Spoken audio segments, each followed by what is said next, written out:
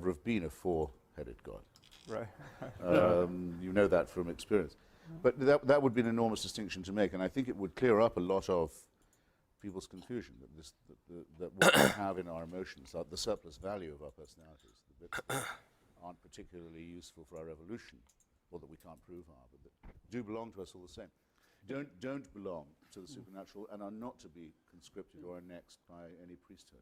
Yes, it's a sad fact that people, in a sense, won't trust their own valuing of their numinous experiences. They think it isn't really as good as it seems unless it's from God, unless it's some kind of a proof of religion. No, Right. it's just as wonderful as it seems. It's just as important. It is the best moment in your life. And it's the moment when you forget yourself and become better than you ever thought you could be in some way, and see in all humbleness the wonderfulness of nature. That's it, and that's wonderful. But it doesn't add anything to say, golly, that has to have been given to me by somebody even more wonderful. It's Well, been also- hijacked, hasn't it? By Yeah, the But no. it's also, yes. it's also, I'm afraid, Yeah. I think it's a deformity or shortcoming in the human personality, frankly, because the religion keeps stressing how humble it is and how meek it is and how accepting and almost to the point of self-abnegation it is. But actually it makes extraordinarily arrogant claims for these Right. moments. It says Right. that I suddenly realized that the universe was all about me. Yeah. Yes. And felt terrifically humble about it. Come on, we can help people out of that, I believe. Right. And- Also, Yes, and- I think, and I think indeed we must. should. I am so tired of the, if only Professor Dennett had the humility to blah, blah, blah, and Yes. humility, and this from people of breathtaking arrogance. Yeah. I And shove one aside saying, just don't mind me, I'm on an errand for God. Yeah, right. What, this is a how point- modest is that? This is the Yeah. point I think we should return to, this notion of the arrogance of science. Oh, because yeah. there's no discourse which enforces humility more rigorously. I mean, scientists, in my experience, are the first people to say they don't know. I mean, if you get a scientist to start talking off his area of specialization, he or she immediately starts hedging his bet, saying, I'm not, I'm sure there's someone in the room who knows more about this than me, and of course, all the data's not in. I mean, this is the mode of discourse in which we are most candid about the scope of our ignorance. Well, actually, a lot of academics come up with that kind of false modesty. But I do know Well, what you mean. yes, it is. Many's the historian who says, no, Right. I yield to someone. No, who but can't any stand." academic should do that. Any Yes, they but should, The yeah. thing about religious people is that they recite the Nicene Creed every week, which says precisely what they believe. There are three gods, not one. The Virgin Mary, Jesus died, went to down for 3 days and then came up again. Yeah. I mean, Yes. in precise detail.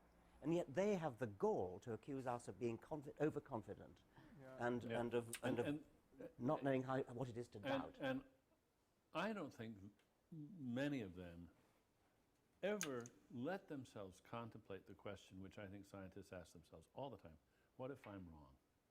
Yeah. What if I'm wrong? I mean, it's just not part of their repertoire. Actually, would you mind if I disagreed with you about that? I mean, Oh, a lot of the talk that makes religious people hard to, not hard to beat, but hard to argue with, is precisely that they'll say they're in a permanent crisis of faith. There is indeed a prayer, Lord, I believe, help thou my unbelief. Graham Greene says the great thing about being a Catholic was that it was a challenge to his unbelief. A lot of people live by keeping two sets of books. In fact, Yes. it's my impression. There is that. It's my too, yeah. impression, in fact, that a majority of the people I know who call themselves believers or people of faith do that all the time. I wouldn't say it was schizophrenia. That would be rude. But So- they're quite aware of the implausibility of what they say. They don't act on it when they go to the doctor or when they travel or anything of this kind. But in some sense, they couldn't be without it. But they're quite respectful of the idea of doubt. In fact, they try and build it in when they can. Well, that's interesting then. And so when they are reciting the creed with its total sort of apparent conviction, is this a kind of mantra which is forcing themselves to overcome doubt by saying, yes, I do believe, I do believe, I do Yeah. believe, because Sure, really I and- don't. and- Yeah. And of course, like their secular counterparts, they're glad other people believe it. It's an affirmation they wouldn't want Yes. other people not Yes. to be making.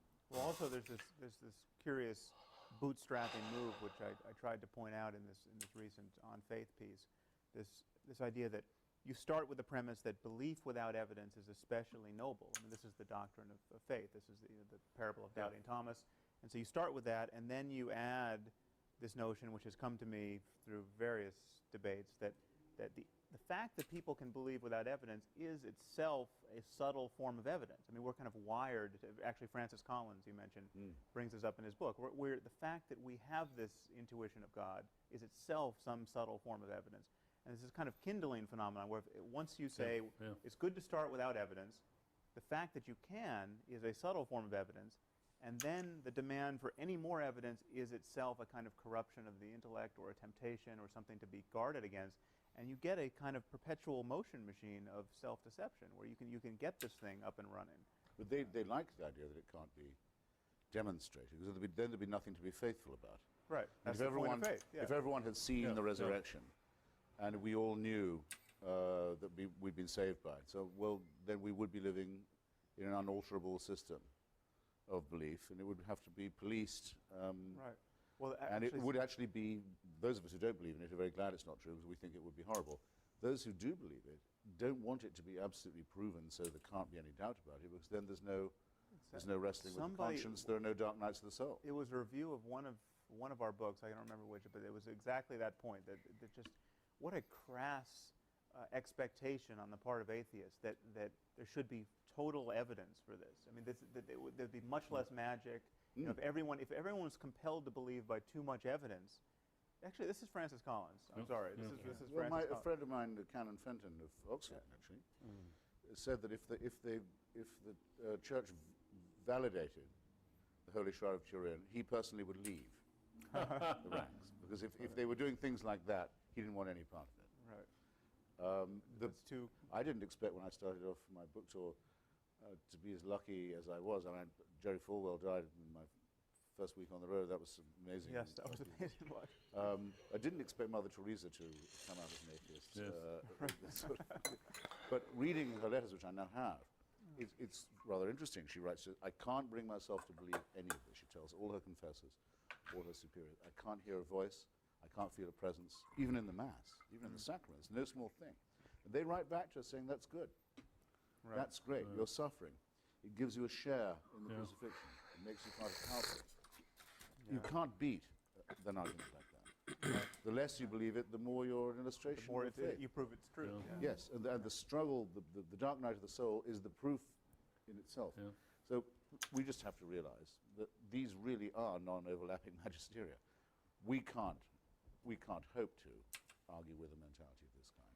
Well, But we can do just what you're doing now, and that is, we can say, look at this interesting bag of tricks that have evolved.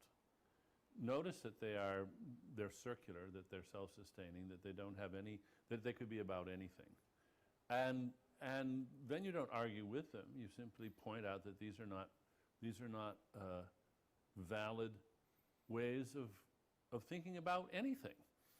Because you could use the very same tricks to sustain something which was manifestly fraudulent. And in fact, what fascinates me is that a lot of the tricks they have their counterparts with con artists.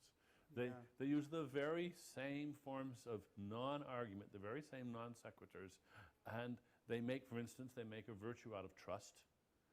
And as soon as you start exhibiting any suspicion of the con man he gets all hurt on you and plays the hurt feelings card and reminds you how wonderful taking it on faith is, and how I mean, there aren't any new tricks. These tricks have evolved over And one thousands could of add the years. production of bogus special effects as well, which is Yeah. one of the things that completely convicts religion of being fraudulent. Right. The belief in the miraculous. The same people will say, well, Einstein felt a spiritual force in the universe, when he said the whole point about it is there are no miracles. There are no changes in the natural order. That's the miraculous thing. They're completely cynical about claiming him. Well, the other thing worth the pointing same, out almost the same breath.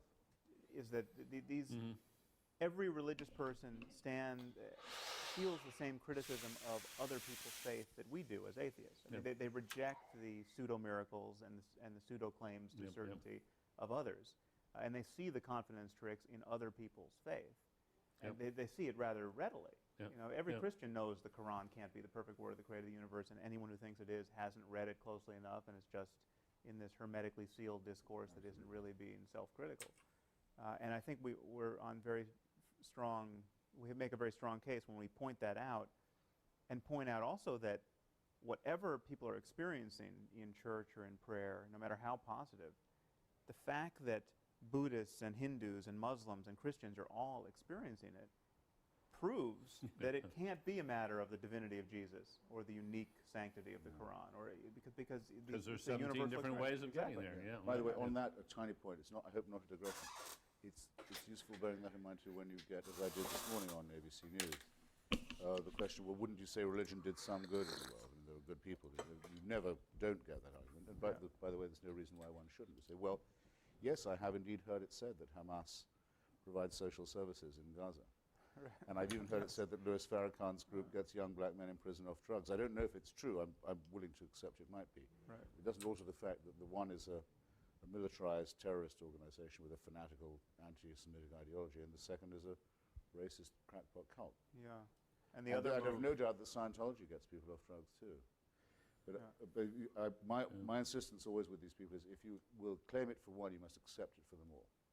And If the you other don't, move you it's- can if make there, because if though, you is don't, it's flat out dishonest. you can invent an ideology which, by your mere invention in that moment, is obviously untrue, which would be quite useful if propagated to billions. I mean, That's right. you could say, this is my new religion. Teach people to demand that your children study science and math and economics and all of our terrestrial disciplines to the best of their abilities. And if they don't persist in those efforts, they'll be tortured after death by 17 demons.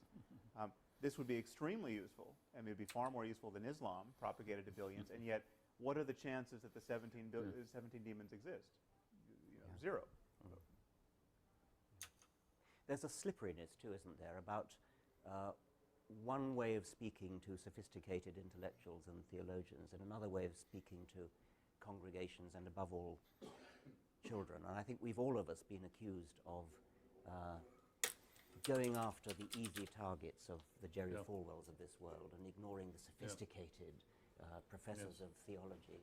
And I mean, I don't know what you feel about that, but one of the things I feel is that the sophisticated professors of theology will say one thing to each other and to intellectuals generally, but will say something totally different to a congregation. They'll talk about miracles, they'll talk about... Well, they won't talk to a congregation.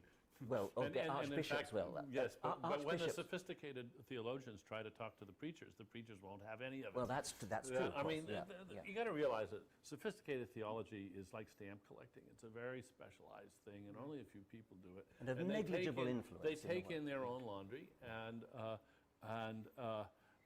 they get all excited about some very arcane details, and their own religions pay almost no attention to what they're saying.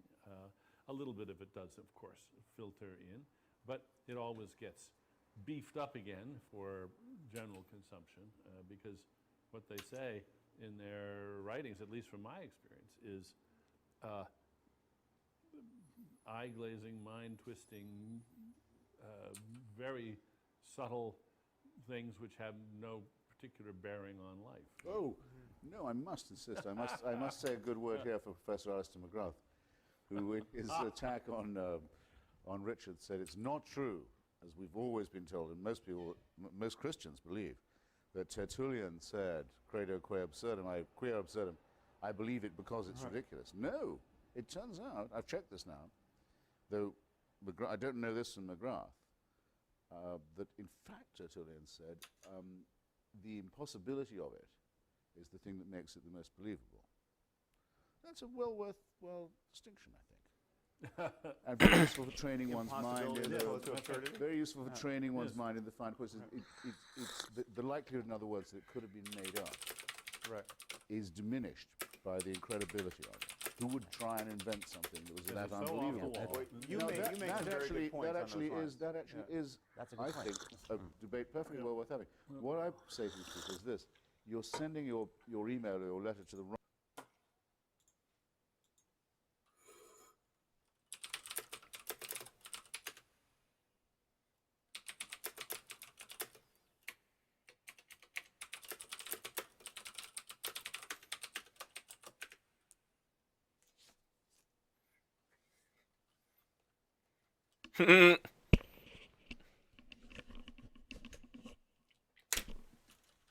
Did I do a critique for you at one point?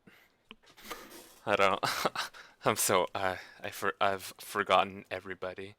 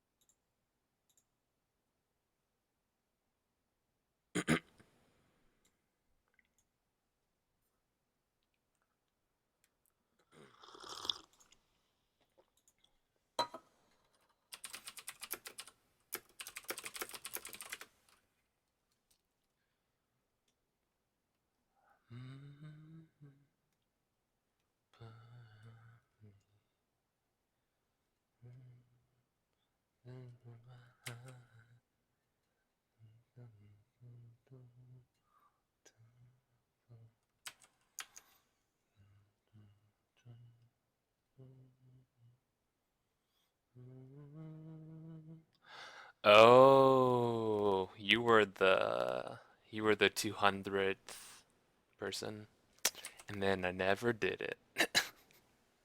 And then I super didn't do it.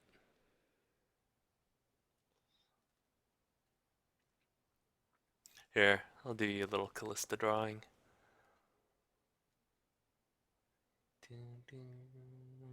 I don't remember what Callista. Callista has like a crown.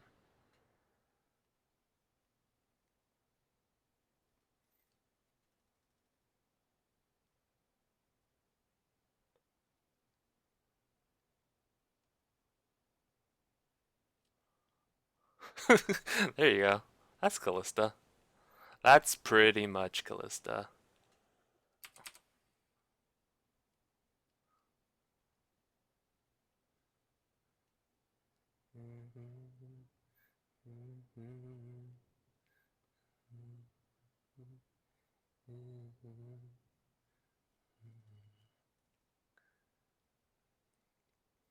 And then the spear is going through her.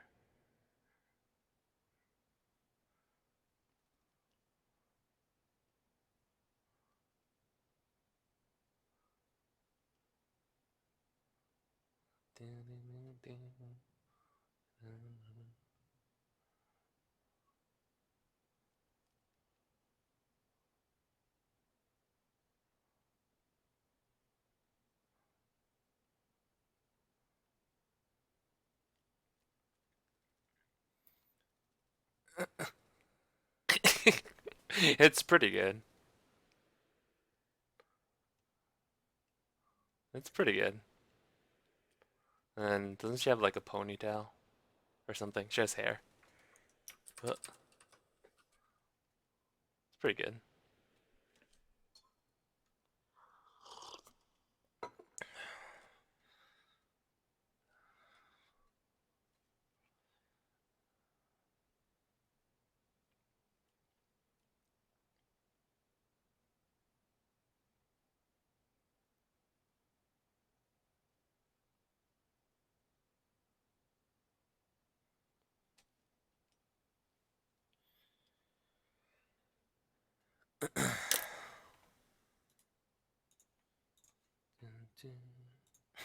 Are you 100% happy with it? Does it fulfill your needs 100%?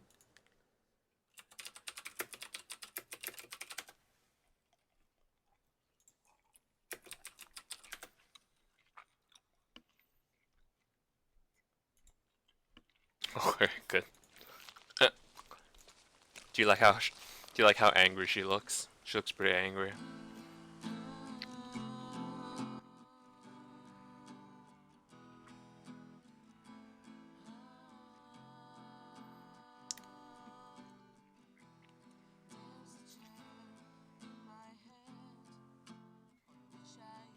She's shaking her fist.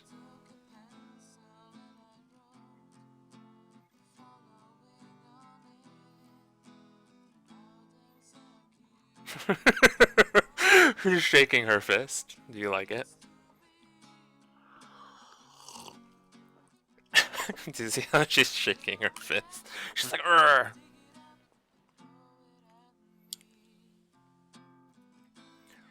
When I run to, when I hide.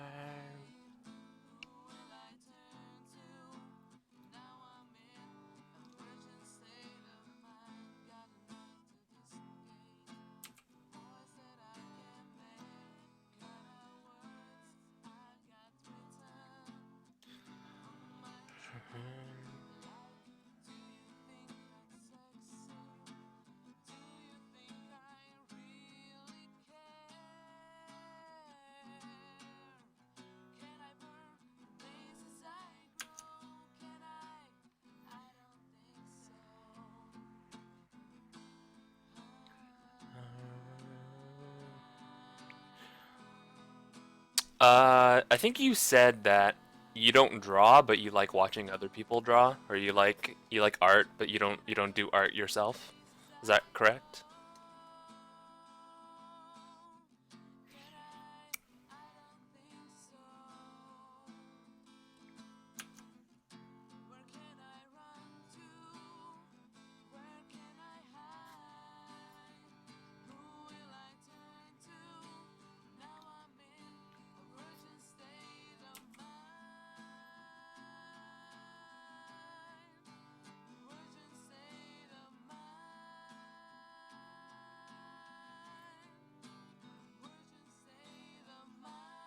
Wow, this cover sucks.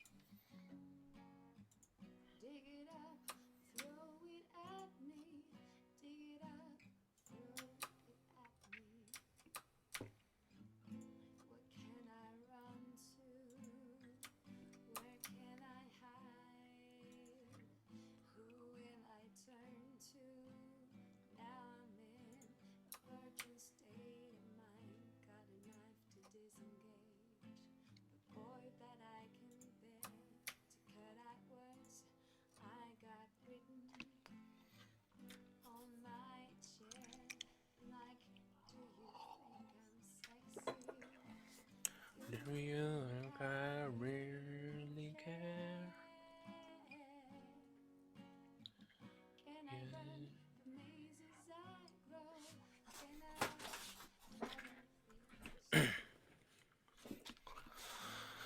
So what have you been up to? Chip, chip, kip, kip.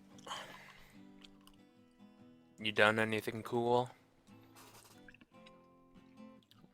Are you one of those cool dudes doing cool stuff?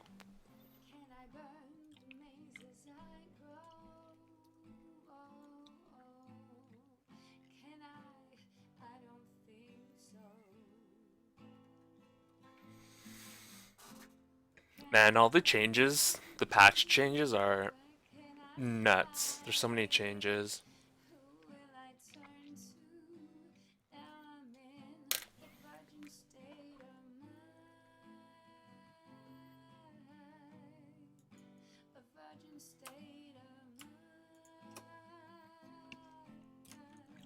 Everything's crazy. Everything doesn't make any sense anymore in League. Everything's so different.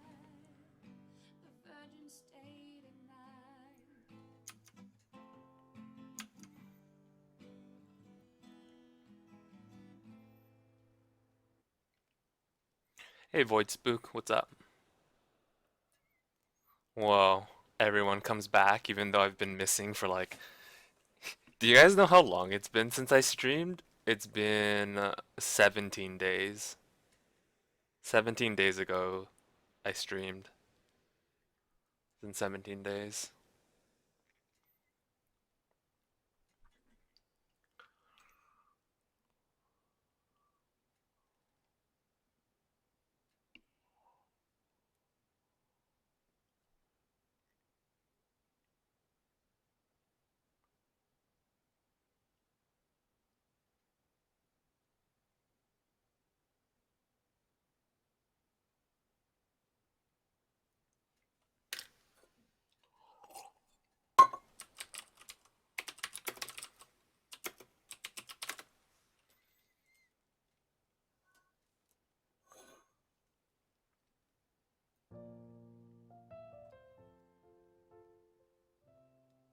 How's everybody doing? And I've been to be completely transparent, I didn't finish this commission for this person that I really should have, and it's really shitty of me that I didn't finish it. I had to deal with personal, some personal problems I have, some personal issues I have, so it's my deepest apologies to the person who's been waiting on this commission. Sure, they're pretty angry. I'm gonna finish it, and if they want me to return the money that they paid me, I'll return the money. Cause you know, like it's really, what I did was really unprofessional and not cool.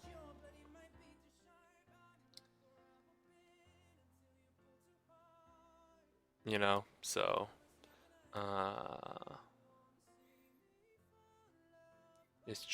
I think his name is Chevo. If Chevo wanted to like, you know, wanted all his money back, I would give it back to him. Seems like yesterday. uh well, my advice to you, Void Spook, is you might need to see a doctor because your perception of time is not very good. You need to check that out. You might have a brain tumor.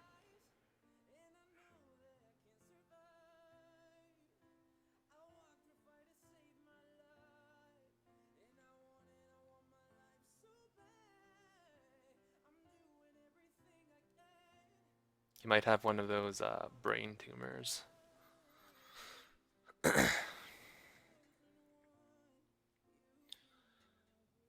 Have you been drawing more? I know you draw, right? Void Spook, I remember helping you with one of your drawings one time. You still drawing? You were trying to draw something anime, right? And then I said it was sucky. That's pretty much every interaction I have with all my viewers. They're like they draw something and then I say it's kind of sucky. And then everybody likes it for some reason. Everyone's like, "Oh yeah. Yeah, I love it."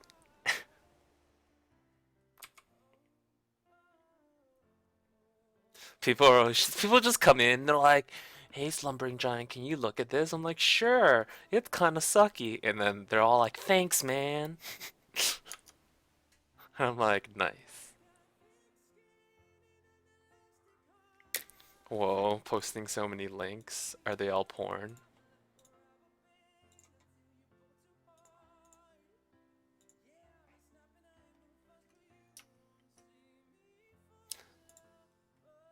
Oh, nice. I really like the I like the one with the angry face. I like the one with the eyes. I think the eyes have good the eyes have good the eyes have good emotion in it. I think is you could do with like fixing up the nose a little bit. But I really like the intention behind it. Here, let me bring it into Photoshop. Save image as, so I can show everybody. Desktop, anime, art, critiques, save. Oh, I better save this.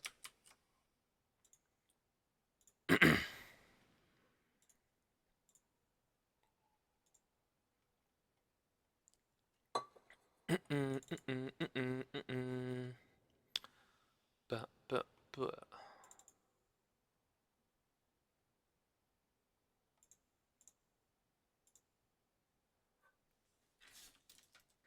Let me see what my stream looks like. Okay. Yeah, I like how it looks. I think it's like interesting how like I don't know if you meant to make her look kind of angry. She looks kind of angry to me. Uh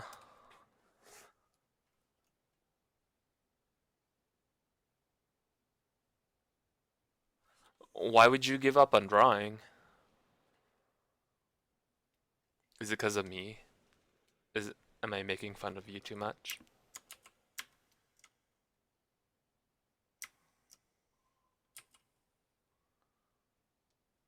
Was it my fault?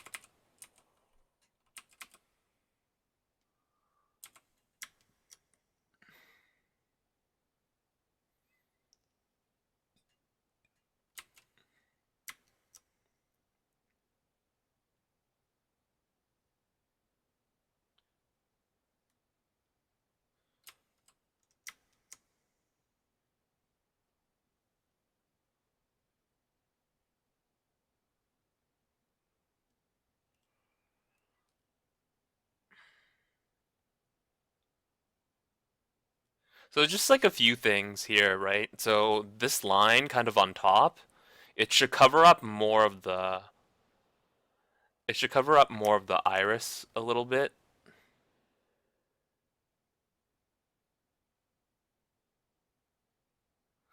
Because if she is looking somewhere this way, but her head's tilted kind of that way, her eyes should.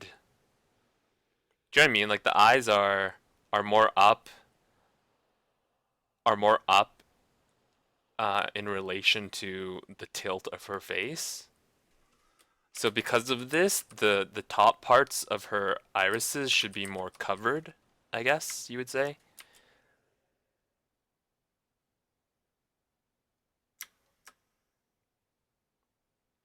And just trying to keep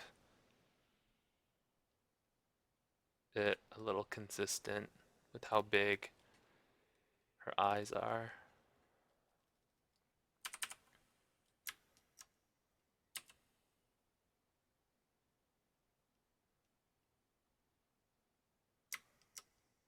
It doesn't fulfill you anymore. Why is that? Is it doesn't fulfill you anymore because it doesn't you're not at the level you think you want to be or you wish to be? Is that why? You're not at the level of skill that you wish you could be at or something?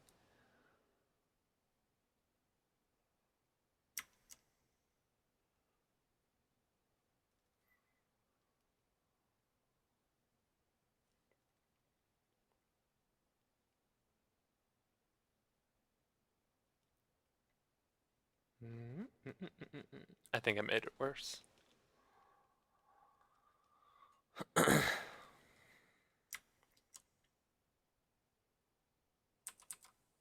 Oh.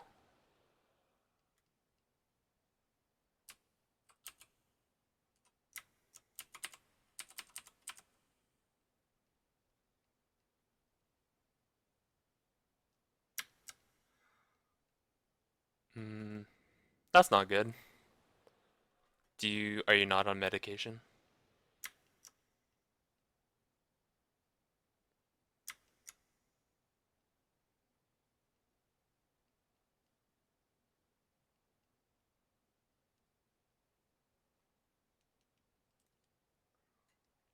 Yeah, the only thing I would do here is because because of the way the light's coming from this direction. Yeah, give it time. Give the medication a little bit of time to work.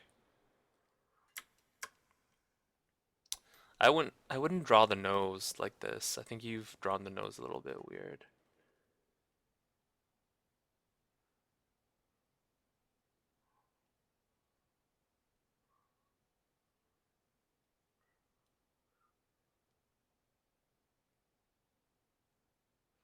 What do you mean it's slipping away from you?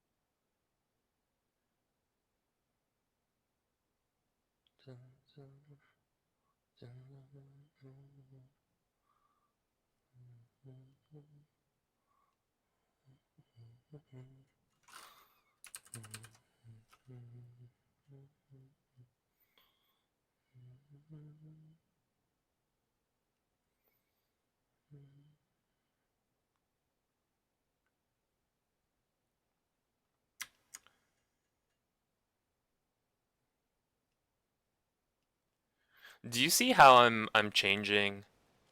Uh, do you see how I'm changing this?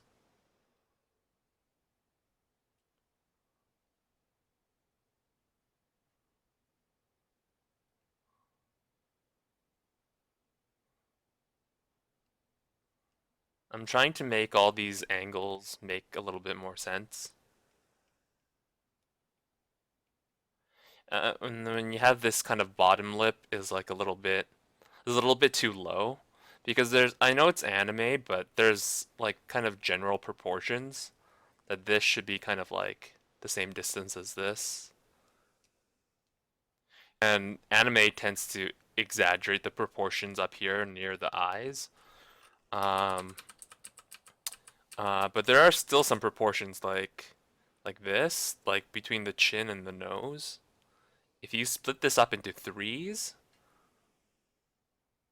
the the the first third, the first third here is the seam of the mouth.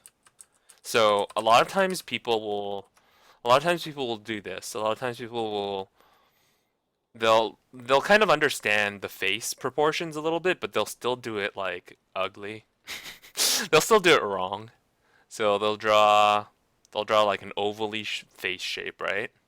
And they'll go, okay, like they misunderstand these proportions a little bit. Um, so this is supposed to be a circle, right?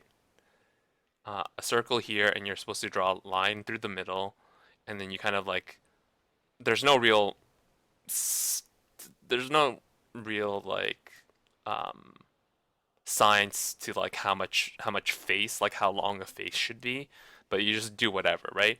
And you do this, and this line is the brow. It's not the eyes, not eyes. So the eyes actually go under here, right? And your eyebrows go up here.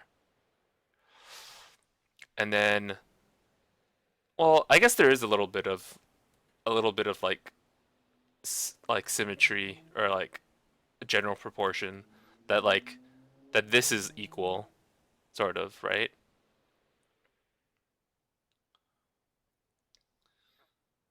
So then you go, okay, like between the brow and the chin, that's where like the bottom of the nose goes, right? So this is one unit, and like this is another unit, and come up here. There's another unit, right? So, and then here, and then you subdivide this into 3. See, what a lot of people would do is they would just put the mouth in the middle, right? They would divide this part in half and put a mouth, and it's too low, you know? It's just too low. It's too low in the face.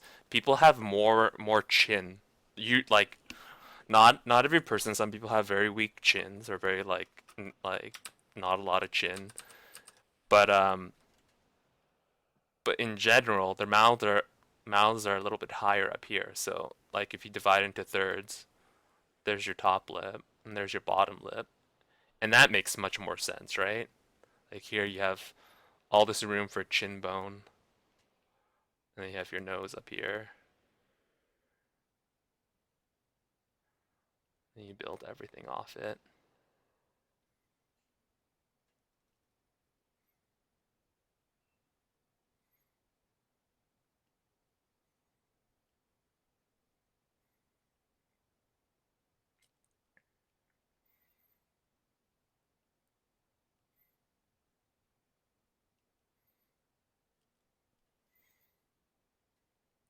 Then from here you can like decide things and like I don't know how square you want their jaws to be. And then you like put in their ears. And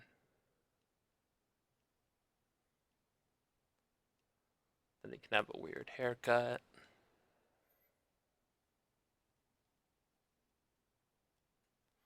Then he can have a really fat neck, really short fat neck. So yeah, so that's the only thing that I was doing with your drawing here was I was kind of like I was counterbalancing like you everything here kind of looked pulled down. Uh, Also, I was just doing this triangle so I could understand where I needed to put the lines, like of a real nose. But now that I kind of understand it better, it could be more like this. The problem with the line that you had before defining the front of the face was it never curved in, right? It was just down. It never curved in, so it needed to curve in, because like your nose, you're like the base of your nose, right? Like where your where the openings are, it abruptly turns in, right? It's a very sharp thing, right? And then your mouth, right? It's like your nose, and then it comes in. So it seemed weird that this line. It just made it seem like her nose was like the. It made her seem like Voldemort, pretty much, right? Like that weird kind of like nose that is not really a nose, but it's more like a plane, like a weird curve on the face.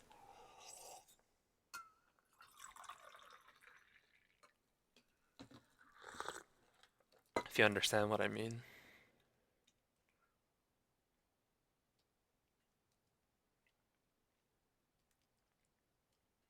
So like it doesn't have to be as defined. It doesn't have to be as defined as I've done. Because I know anime, it does a lot of things without definition. It simplifies things into very simple. So instead of maybe lines, you would maybe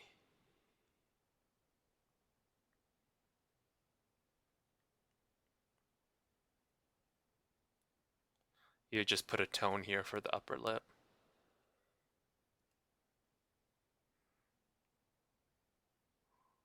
And that'd be good enough.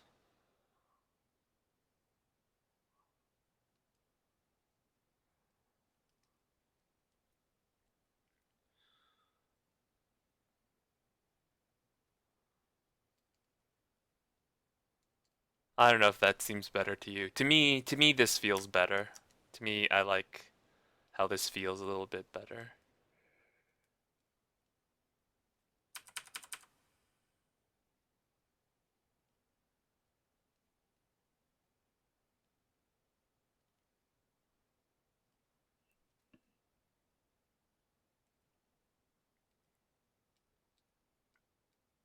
Do you see how pulled?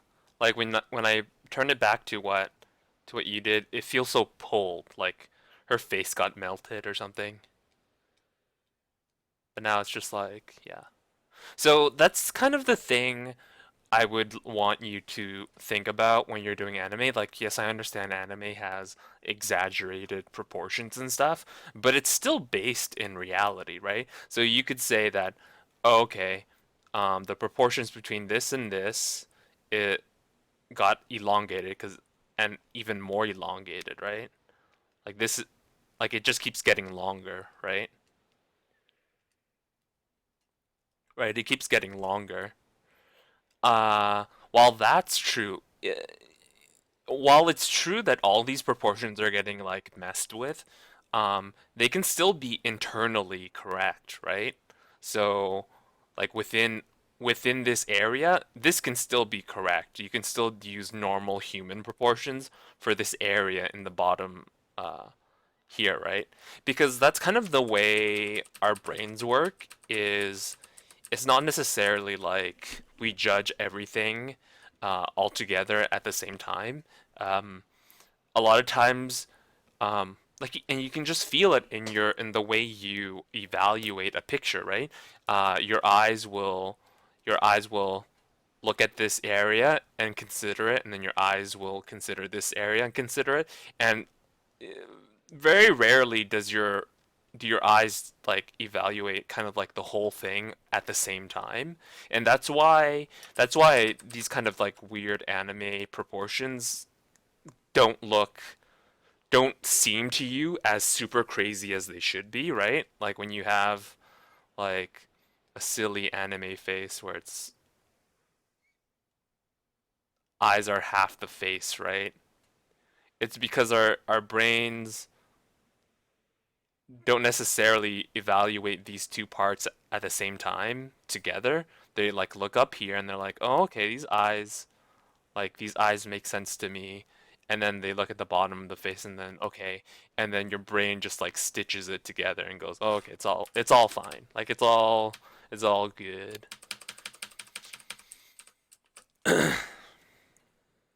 So, but yeah, like uh and I still think this could be done a little bit better here. Uh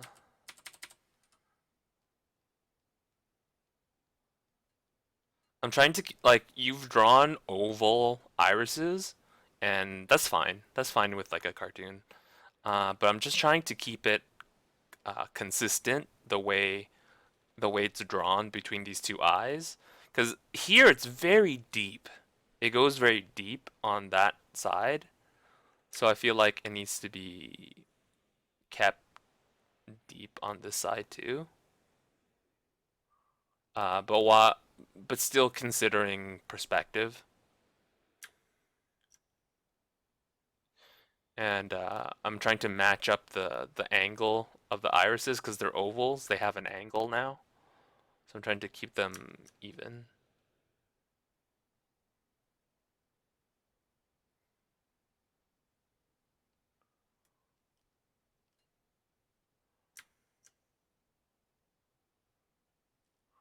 And then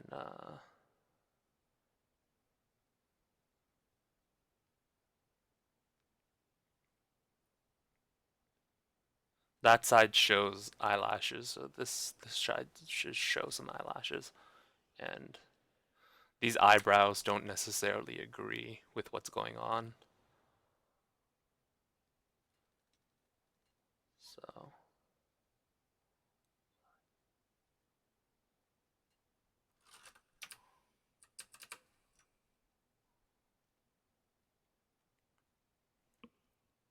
maybe this one needs to be a little bit more like this.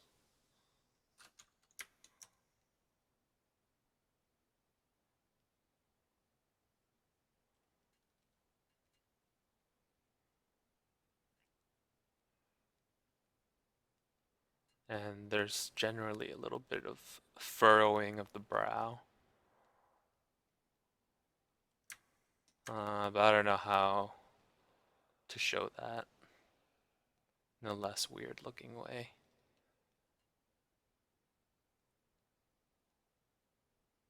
Because if we think about the structure of what's going on here, there's a brow here, nose comes into the middle.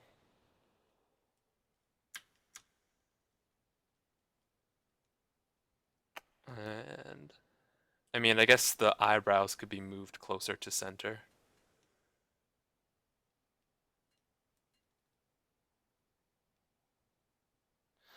Because even though we're not gonna draw, even though we don't draw, even though we won't draw the like the folding of skin, maybe, we can draw the effects of what it means to furrow your brow, and one of those effects would be like bringing your eyebrows closer together, right?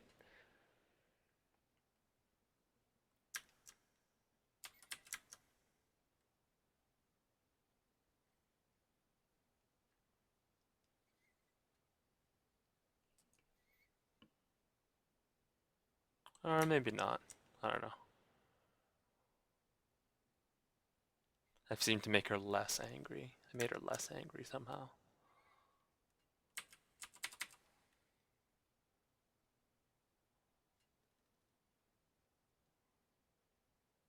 There. There. It's not only the brows are brought closer together, but they're brought down. So it's closer to the eye, but then also closer down here. Something like this.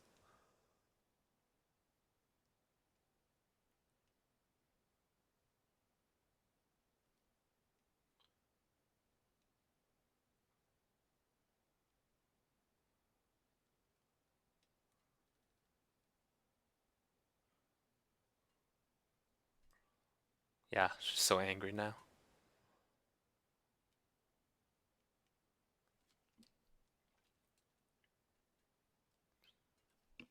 Something like that.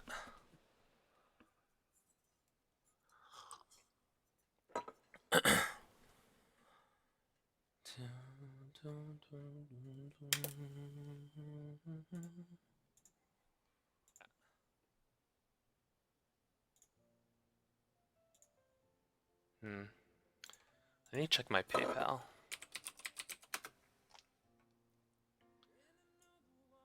What's the dust? Love.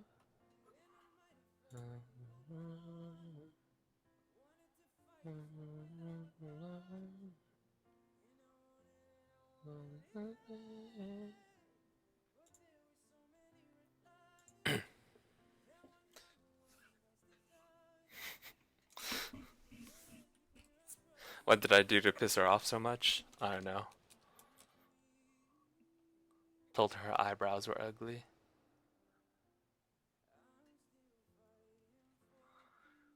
No, but it's good. You had the correct. Like I don't feel like I changed it too much. It's small changes, I feel. But everything is pretty much the same, you know?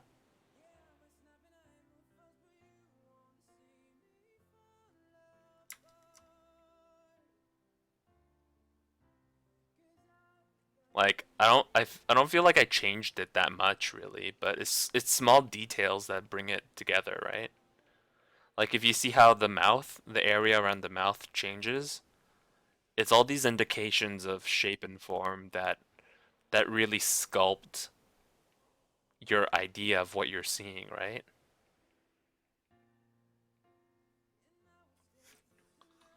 Um, and also it's like in a lot of ways, it's easier for me to change what you have drawn than for me to change than it is for me to completely create what you've created.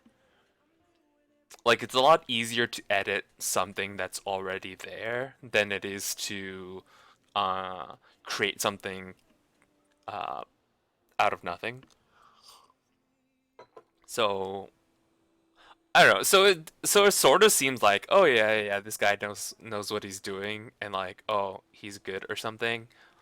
but in a lot of ways, it's a lot easier what I'm doing than it is what you guys are doing, which is making out of nothing, right?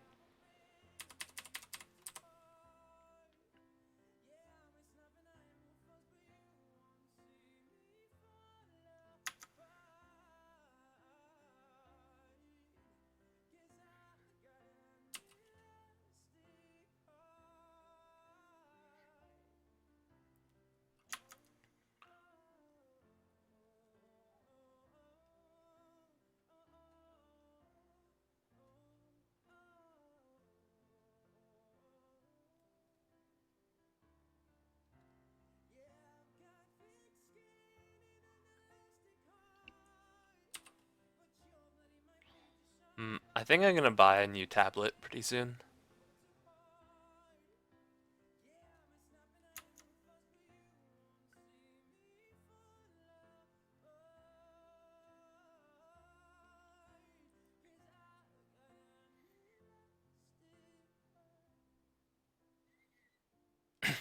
Hey, Shadow Kitty. What's up? Whoa, everyone's coming back, even though I haven't, even though I haven't been streaming for like years. Everyone's like, hey.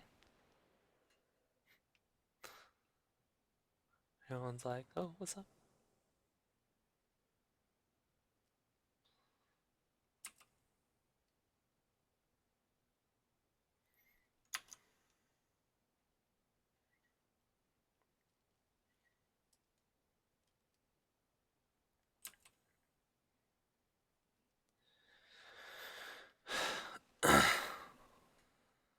New PvP server? What is this for? Oh, what is this for?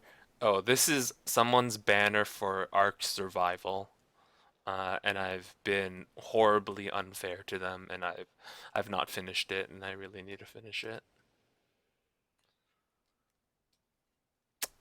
You know, I went through some stuff, and then I ditched everything. I ditched all my obligations for 2 weeks, cause I'm a champion. But it's someone has a server, and they wanted me to make a banner, so I'm making them a banner.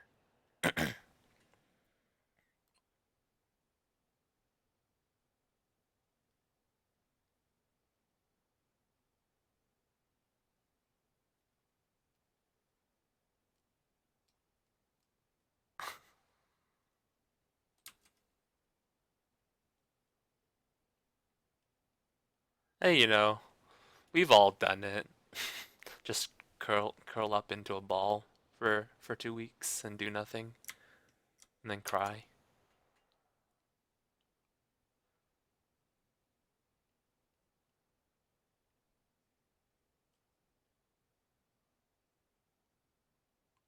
Um,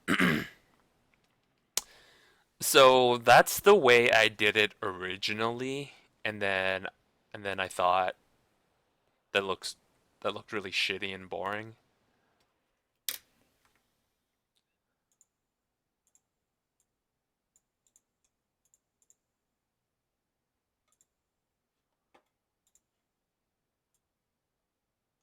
That's what I made it look like, but originally.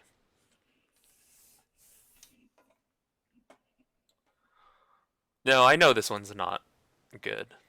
This one's gonna be better. You can I don't know. I think it's pretty obvious that this one's better. It'll be like this, and then also I'll make light uh pass through the gaps, so it'll seem like more cool or something.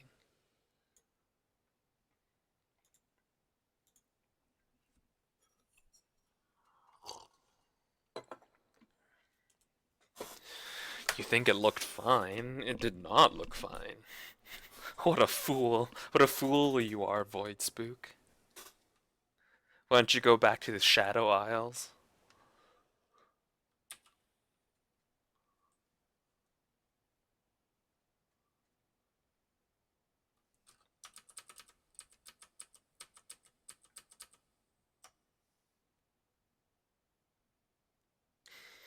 No, it didn't look professional. It didn't look professional. Like like it looks like pencil crayon, and that's what I think, and that's what my friend told me. It didn't look as good as it should be, and um, you know, I want it to make us like I want it to look good, you know?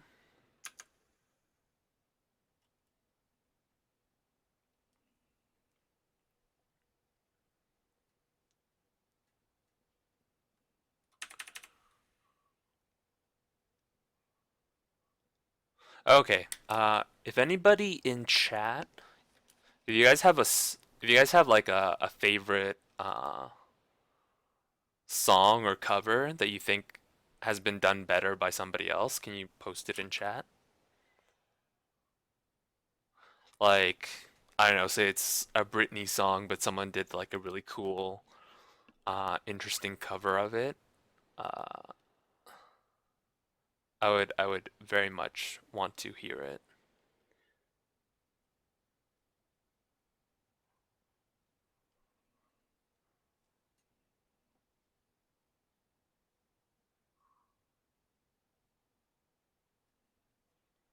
Cause I don't know, it's just I really like covers. I not just like covers trying to do it like the way the original artist, but like a cover where they kind of change it a little bit, or they change the speed or something, or if it was like a very here I'll put a version. I'll put one.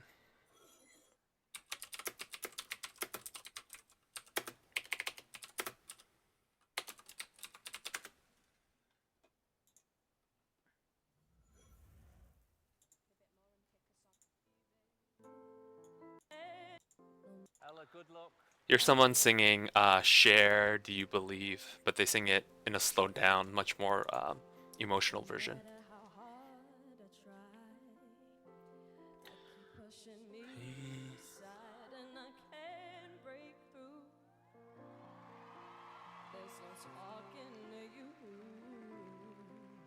So sad that you're leaving.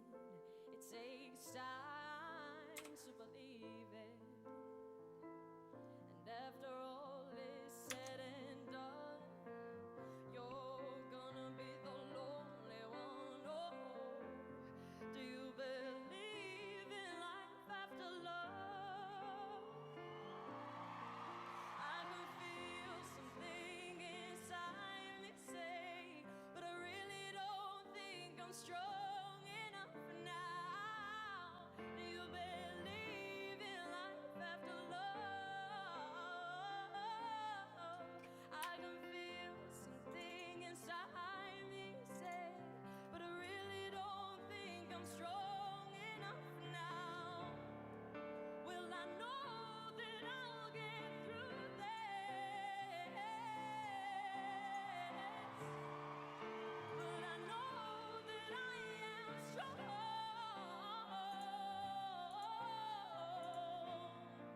And I don't need you anymore. No, I don't need you anymore. I don't need you anymore. I don't need you anymore. Graffiti.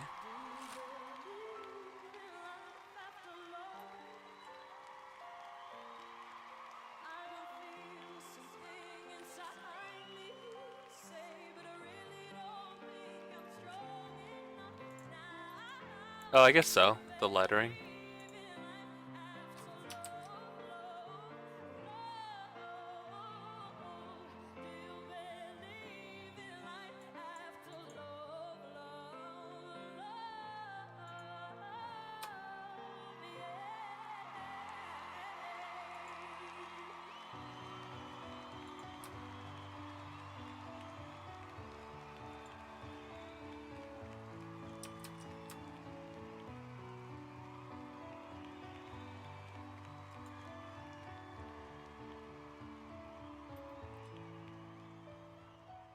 How did that feel? Incredible. I've got to say that I would was to have a top 5 of the most annoying songs of all time, that would come fairly close to the top for me. But today, I would pay lots of money to hear that version again. That was amazing. Thank you so Well done. much.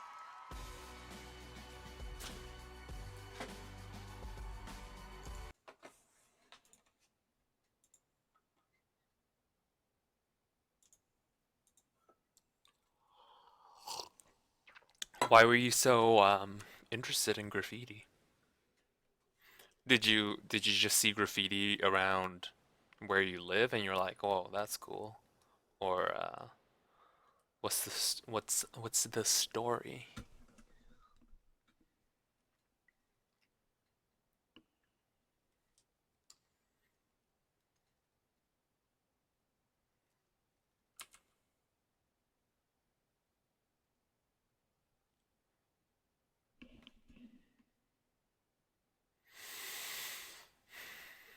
What do you mean you used to do graffiti? Like you would actually do graffiti? You would go out like late at night and paint on walls or something?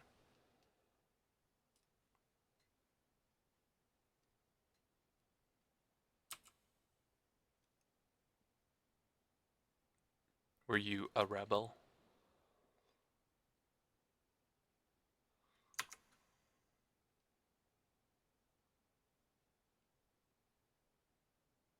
Whoa, you're such a rebel. What did you what'd you do? What'd you used to put on walls?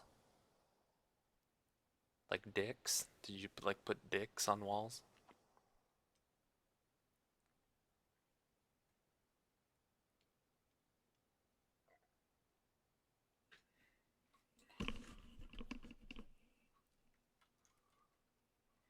Big old peens all over everything.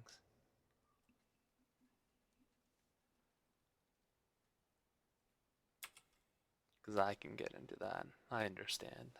I understand that. Just want to put dicks all over everything. I get it.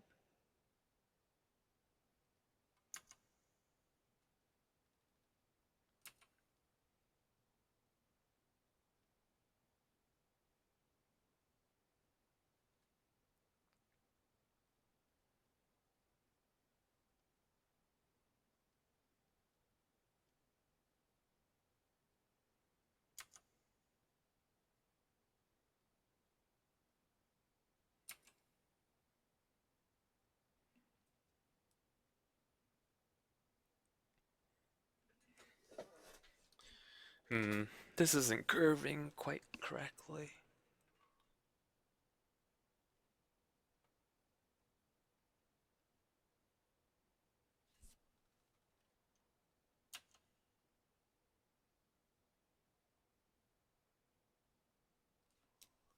I had a few friends who did as well. We would get the sketches on paper first, then we would all put money to buy cans, and during the night we would go to some wall we had spotted and paint it. Oh, cool. Do you have any pictures of things you've done? Do you have any pictures of that? That'd be cool to take a look at.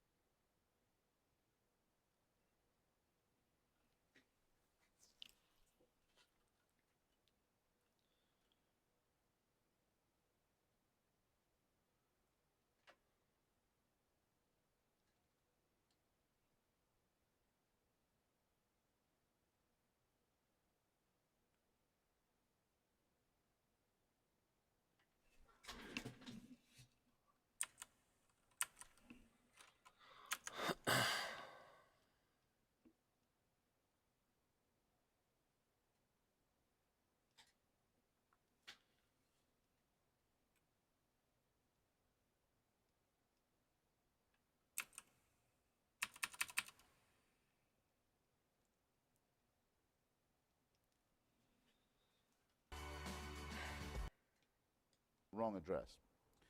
Everyone says, let's not judge religion by its fundamentalists. All right.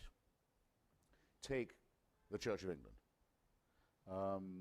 Two of whose senior leaders recently said that the floods in North Yorkshire were the result of homosexual behaviour. Not in North Yorkshire, presumably, but probably in London, I think they're thinking. But God's and aim is a little one off. one of these, the Bishop of Carlisle, is apparently about to be the next Archbishop of Canterbury. Now, this is extraordinary. This is supposed to be the mild and reflective and thoughtful and rather, troubled church, making fanatical pronouncements. Well, I want to hear what Alistair McGrath is going to write to the Bishop of Carlisle, not to me. Is he going to say, my Lord Bishop, do you not realise what a complete idiot you're making of yourself and of our church? Did he do this? If he did it in private, I'm not impressed. He has to say it in public. The Bishop Why are of they Carlisle telling me backtracked. I will judge the church by the Yes. statements of its bishops. I think I'm allowed to. Yeah. Yeah. But the other thing is that, never mind about the academic theologians, bishops and vicars, who will attack us for taking scriptures, or for accusing people of taking scriptures literally. And of course we don't believe the book of Genesis literally. And yet they do preach about what Adam and Eve did, as though they did exist, as though there's somehow, it's a sort of license to talk about things which they know and anybody of any sophistication knows is fiction. And yet they will treat their congregations, their sheep, as though they did exist, as though they were factual. And a huge number of those congregations actually think they did exist. Can you imagine any one of these preachers saying, as such a topic is introduced, this is a sort of theoretical fiction. It's not true, but it's a very fine metaphor. No, they're just They not kind of, going. after the fact, imply that that's what they That's- expect you to know. Yes, but yeah. they would never announce it. They would Well, never there's say another point there, is that they never admit how they have come to stop taking it literally. Because you have all these people criticizing us for our crass literalism, we're as fundamentalist as the fundamentalists. And yet these moderates don't admit how they have come to be moderate. What does moderation consist of? It consists of having lost faith in all of these propositions, or half of them, Yep. because of just the hammer blows of science and secular politics of the and crass rationality. literalism of the critics. Yeah, Yes, it's, right. religion has lost its mandate on a thousand questions, and moderates tend to argue that this is somehow a triumph of faith, that faith is somehow self-enlightening, whereas it's been enlightened from the outside. It has been, it has been intruded upon by On science. that point that I was wanting to raise myself about our own so-called fundamentalism, there's a cleric in Southwark, the first person I saw attacking you and I in print being just as fundamentalist as those who blew up the London Underground. Do you remember his name? I don't remember his name. I'm sorry, I don't remember. He's a very senior Anglican cleric in the Diocese of Southwark. I went on the BBC with him. Just entre parenthèses, I'll say. I haven't I'd used said, Imager How can you today. call your congregation a flock? Doesn't that say everything about your religion, that you think they're sheep? He said, well, actually, I used to be a pastor in New Guinea, where there aren't any sheep. Well, of course, there are a lot of places where there are no sheep. Gospel's quite hard to teach as a result. We found out what the most important animal to the locals was, and I remember very well my local bishop rising to ask the Divine One to behold these swine, his new congregation. But this is the man who deliberately does a thing like that. That's as cynical as you could wish, and as adaptive as the day is long. And he says that we who doubt it are as fundamentalist as people who blow up their fellow citizens on the London Underground. It's unconscionable. Thus, I don't really mind being accused of ridiculing or treating with contempt people like that. I just frankly have no choice. I have the faculty of humor, and some of it has an edge to it. I'm not going to repress that for the sake of politeness to people. Would you think that it would be good to make a distinction between the professionals and the amateurs? I share your impatience with the officials of the churches, people who this is their professional life, it seems to me they know better. Right. The congregations don't know better because it's maintained that they should not know better. I do get very anxious about ridiculing the beliefs of the flock because of the way in which they have ceded to their leaders. They've delegated authority to their leaders, and they presume their leaders are going to do it right. So I think in this, who stands up and says the buck stops here? Right. Well, it seems to me Shooter. It's the preachers themselves, it's the priests, it's the bishops, and we really should hold their feet to the fire. For instance, just take the issue. Whoa, that's so big. Why are you such a vandal? That's so big. So that big one that says shooter, how much did that cost you to do? Like how many cans of paint did that cost you?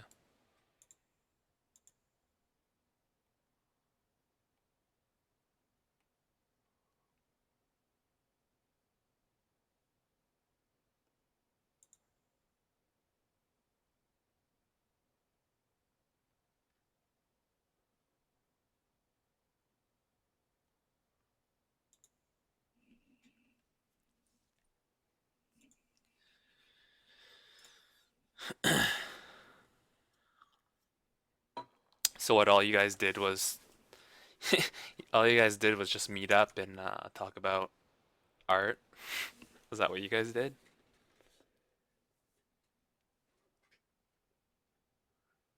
3 or 4 cans.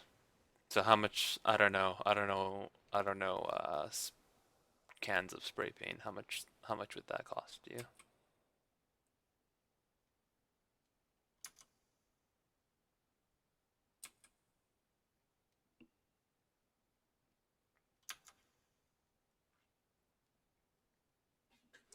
Was that not dangerous? Don't gangs put up tags places and then it's dangerous to cover them up or something because they'll get angry at you? Is it not dangerous in that way?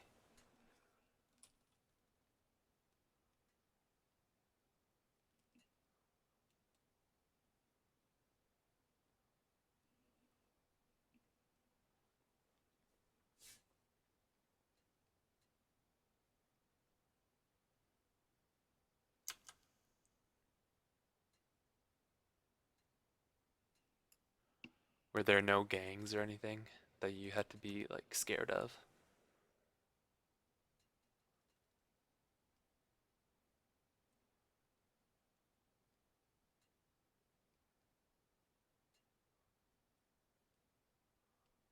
Uh, I don't know. That aren't there gangs everywhere?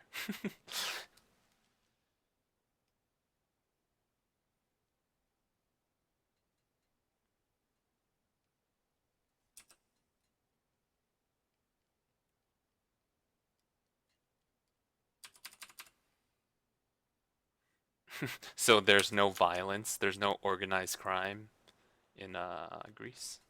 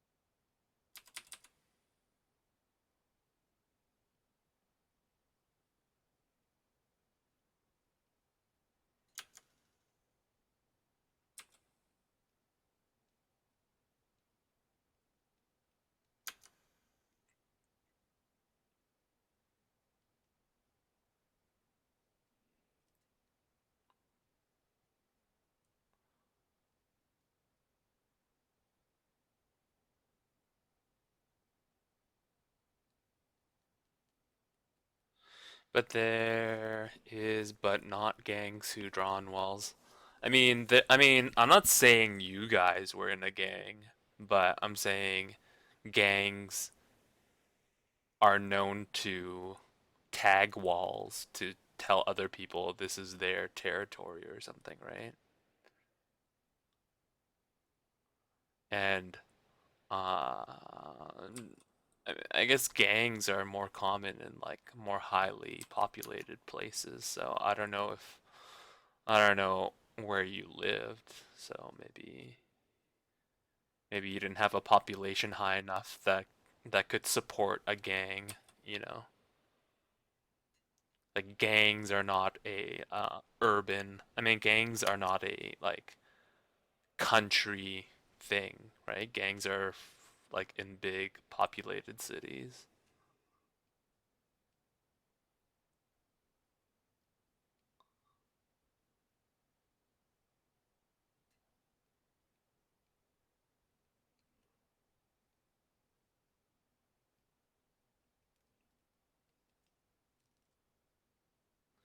Did you guys ever get caught? Did you guys ever get caught and then get in trouble? And then they're all like, "Oh, naughty boys, so naughty," and then slap you across the face.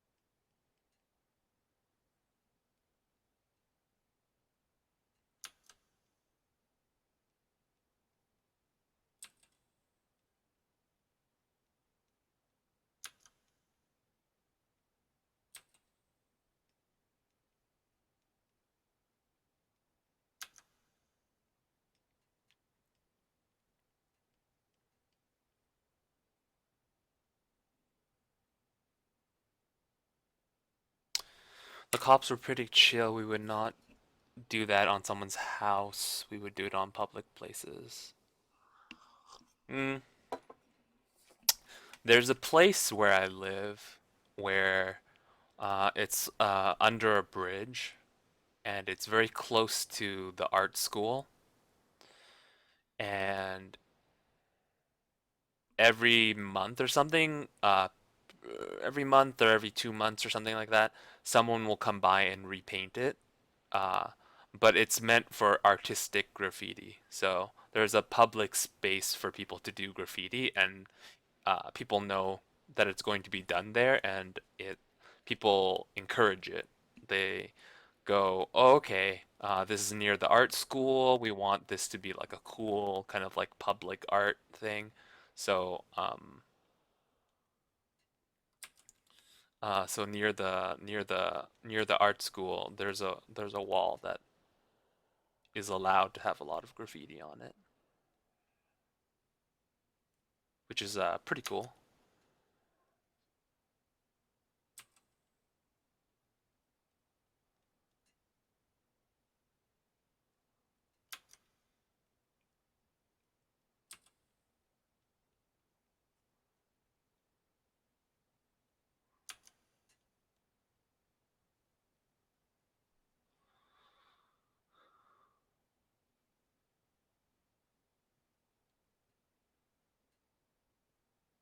That's fun. That's fun having public art like that in a city.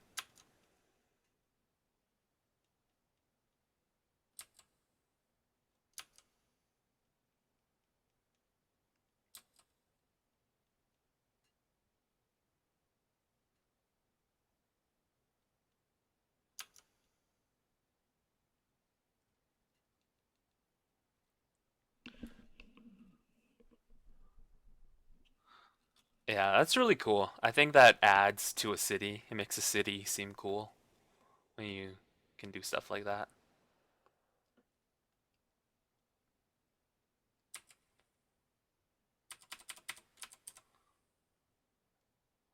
public displays of art is cool, and allowing the public.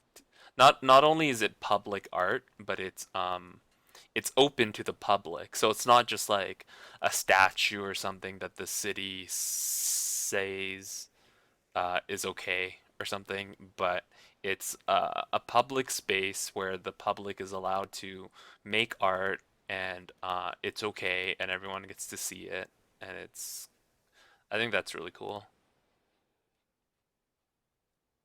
It's fun. It's just fun. It lets the people feel more in control of their own of the place where they live, right?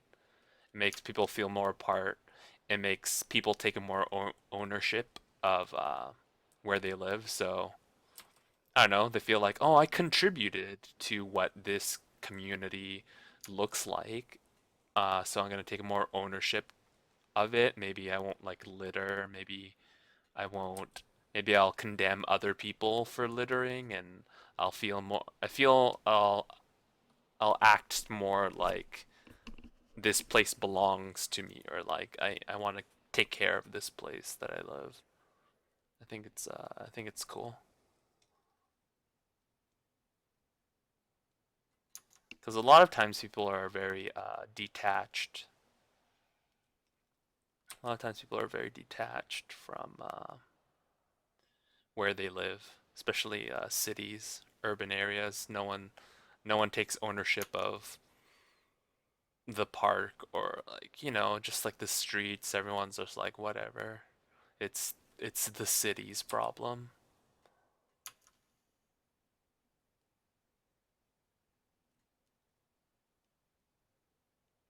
Well, that's kind of fun that you had a little you had a little crew, and you guys would draw on walls. Get together to draw.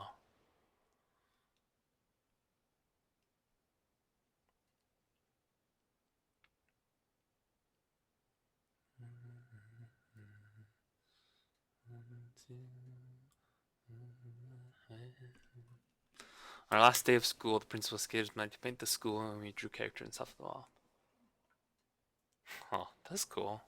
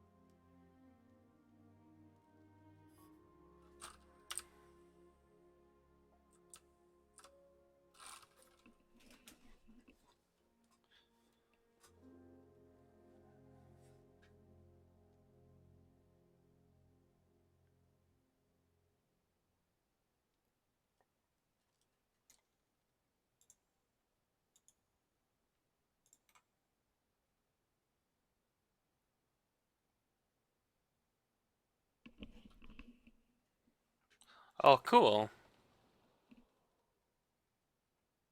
Uh, it's a really cool.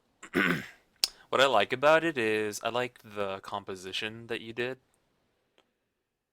The the way it's composed looks cool.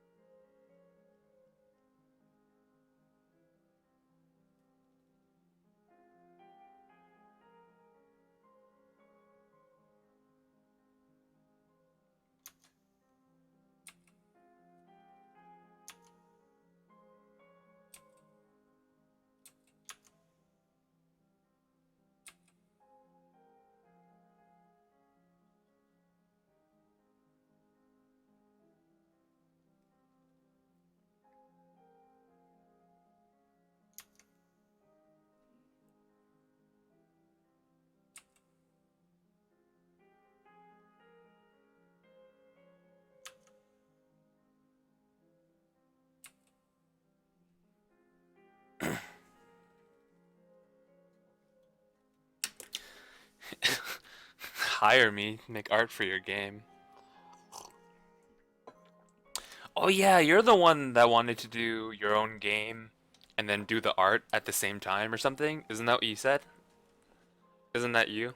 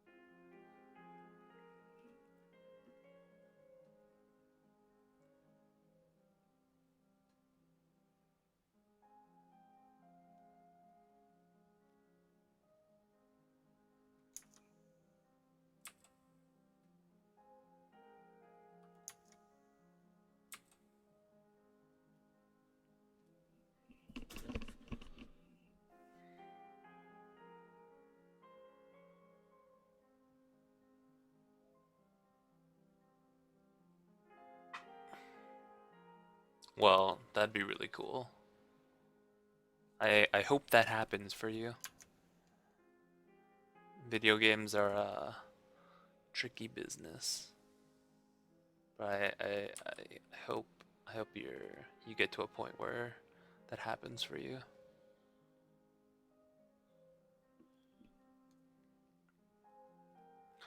And yeah, if the subject matter is something I feel like I would be good at or something, for sure. That'd be cool to work on your game, do some art for your game.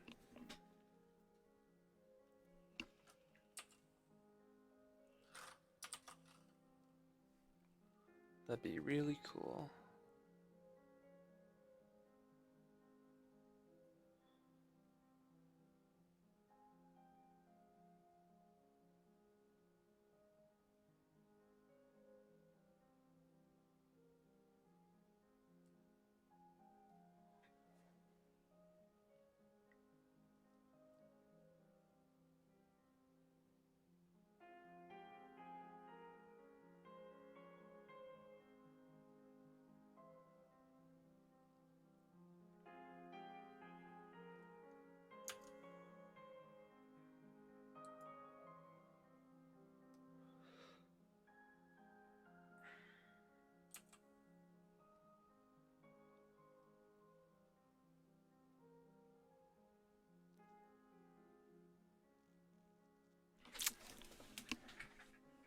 God damn it.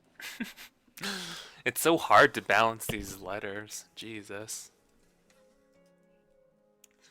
Jesus.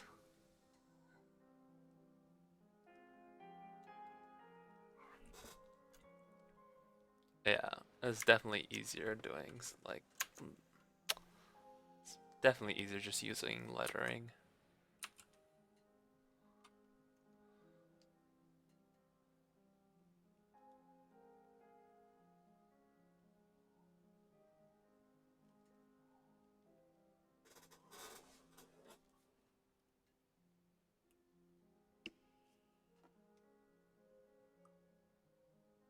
Man, that looks so wonky.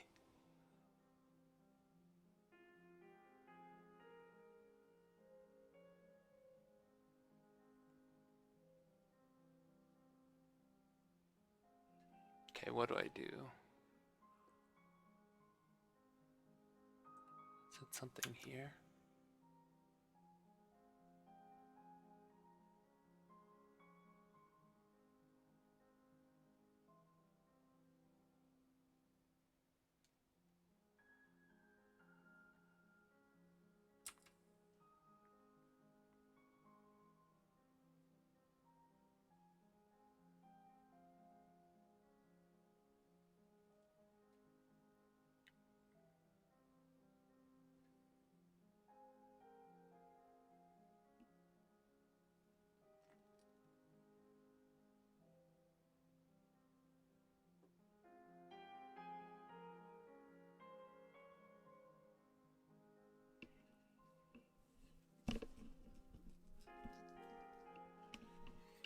I drive by hand when I could use font? I don't know.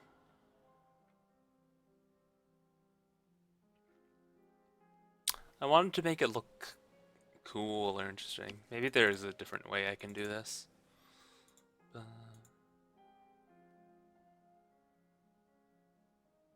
Let's see.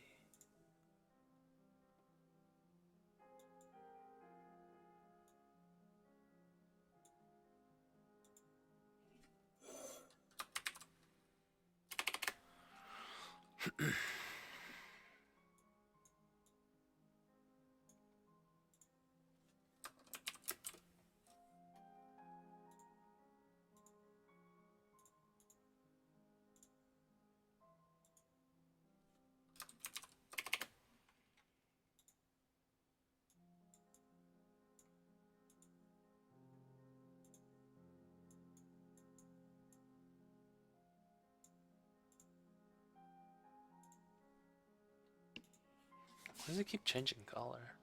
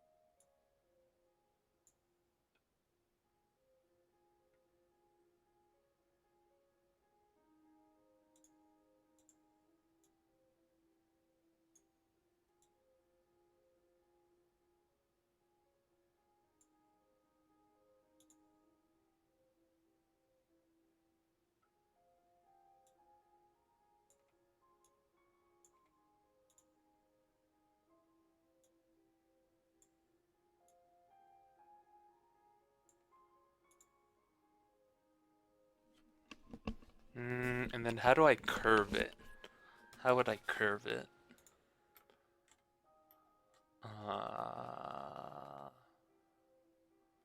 How would I make it 3D? How would I make it like block? Would I just duplicate it and do weird stuff?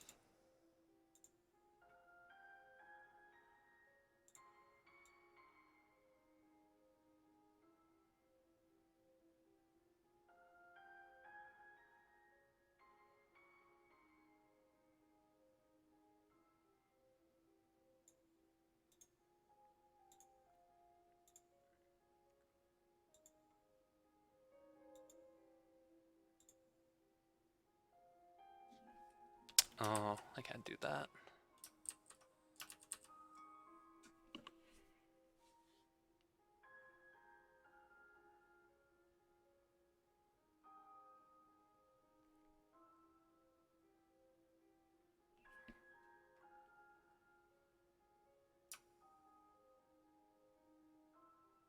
How would I warp it?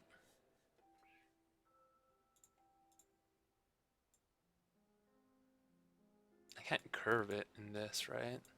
This is just perspective. Is there a way I could warp it? Is there a warping tool? Image.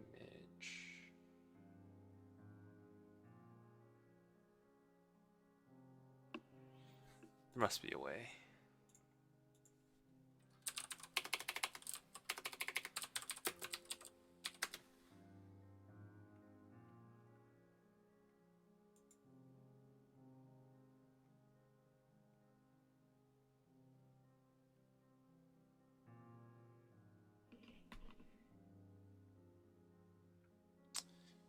Filters, distort, curve bend.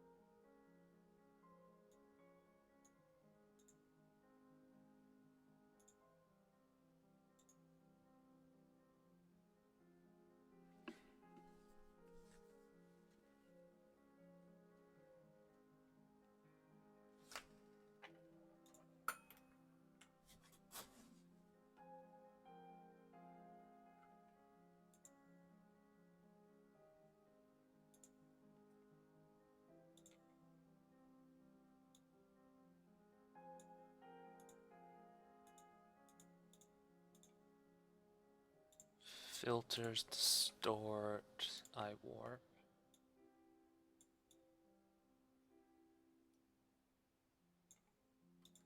Like this?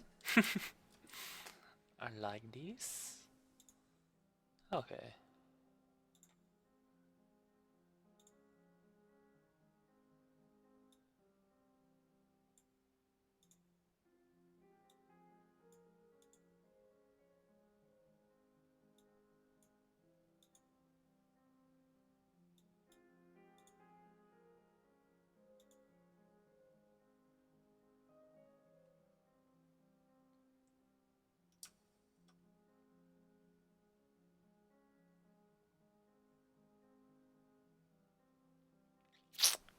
It's almost what I want.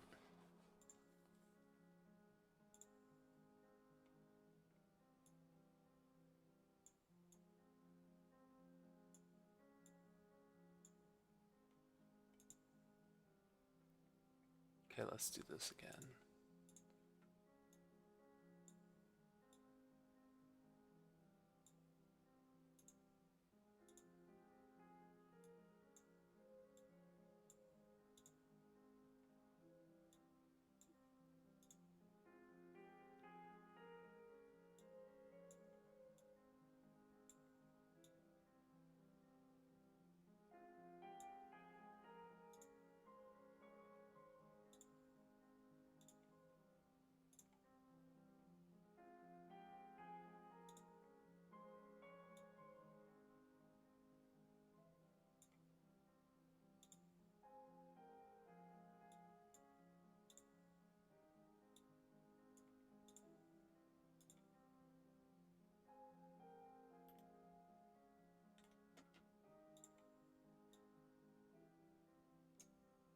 That's not bad. It's much more correct than what I've drawn. And doing it's a pretty complicated perspective I was trying to do. And I don't think I did it very well. It's like from below, but it's also like curved at the same time. Oh, I think my mistake was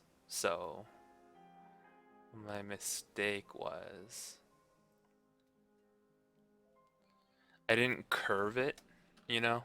I didn't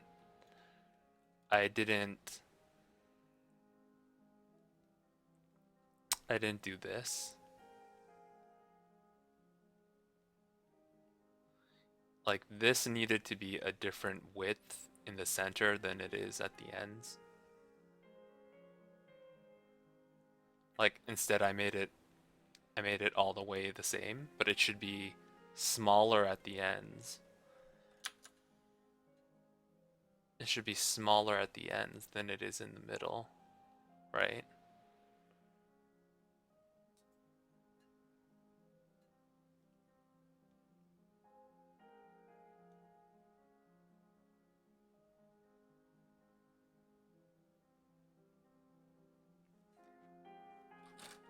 Well, I wanted to do it by hand because the reason I was doing it by hand because I didn't necessarily know how to do it with the computer, and also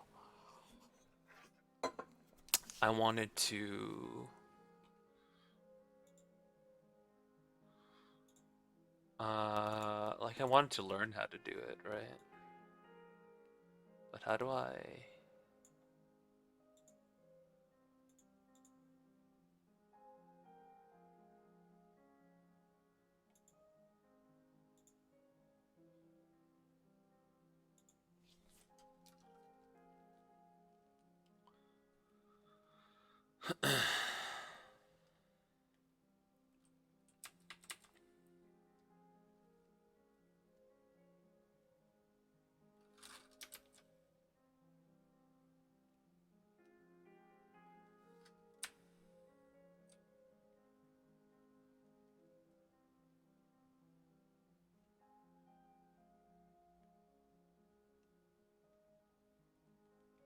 Nope.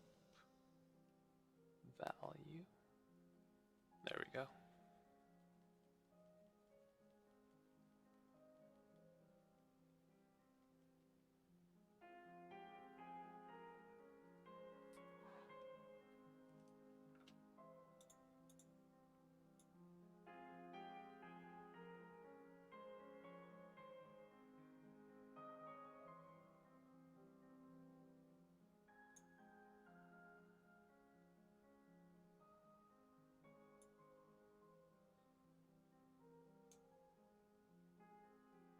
So this is almost what I want.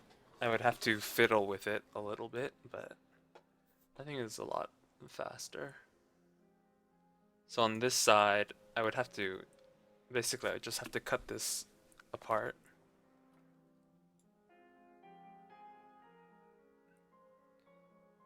Do that for that side, and then I would have to cut this off. Oops, not like this.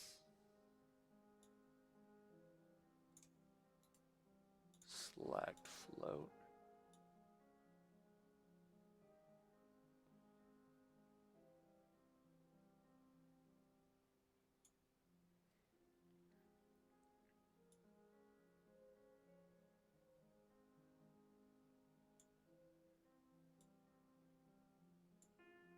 Okay, this is a lot easier.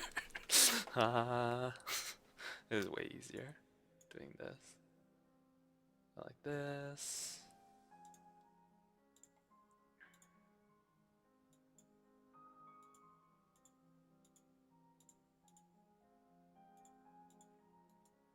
Select float.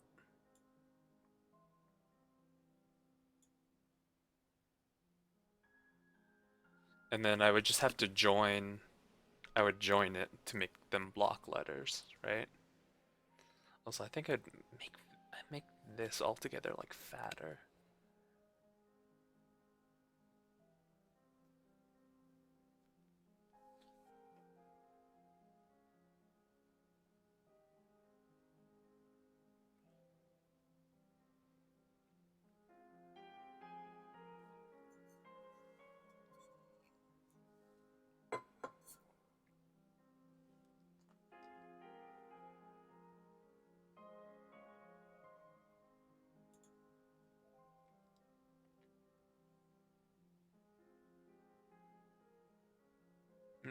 This E needs to be wider in the center.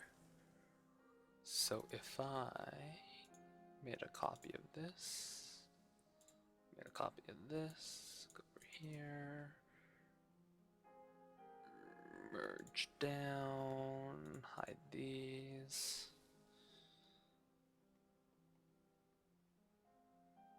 I don't know, do this.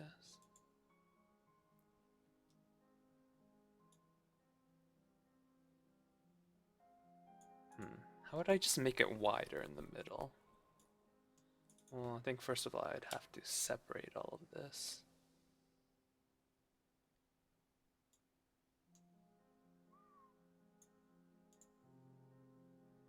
Okay, this song's been going on forever. If somebody in a fundamentalist church thinks that creationism makes sense because their pastor told them, well, I can understand that and excuse that. We all get a lot of what we take to be true from people that we respect and whom we view as authorities. We don't check everything out. But where'd the pastor get this idea? And I don't care where he or she is responsible, because their job is to know what they're talking about in a way that the congregation We have isn't. to be a little bit careful not to sound condescending when we say that, and in a way it's reflecting the condescension of the preacher. Yes, because Himself. I'll take things that you and Richard say on the human and natural sciences, not without wanting to check, but I'm often unable to, but knowing that you are the sort of gentleman who would have checked. If you say, the bishop told me it, so I believe it, you make a fool of yourself, it seems to me, and one is entitled to say so. Just as one is entitled when dealing with an ordinary racist to say that his opinions are revolting. He may know no better, but that's not going to save him from my condemnation. And nor should it. And I think exactly it's condescending not to confront people, as it were, one by one, or en masse. So But it is public opinion is often wrong. Mob opinion is almost always wrong. But let's linger on Religious this opinion issue is of wrong. authority. Religious opinion is wrong by definition. We can't avoid this. I wanted to intrude the name H.L. Mencken at this point. Now a very unjustly celebrated American writer, not particularly to my taste, much too much of a Nietzschean, and what really was once meant by social Darwinist Right. at one stage. But why did he win the tremendous respect of so many people in this country in the 20s and 30s? Because he said the people who believe what the Methodists tell them and what William Jennings Bryan tells them are fools. They're not being fooled, they are fools.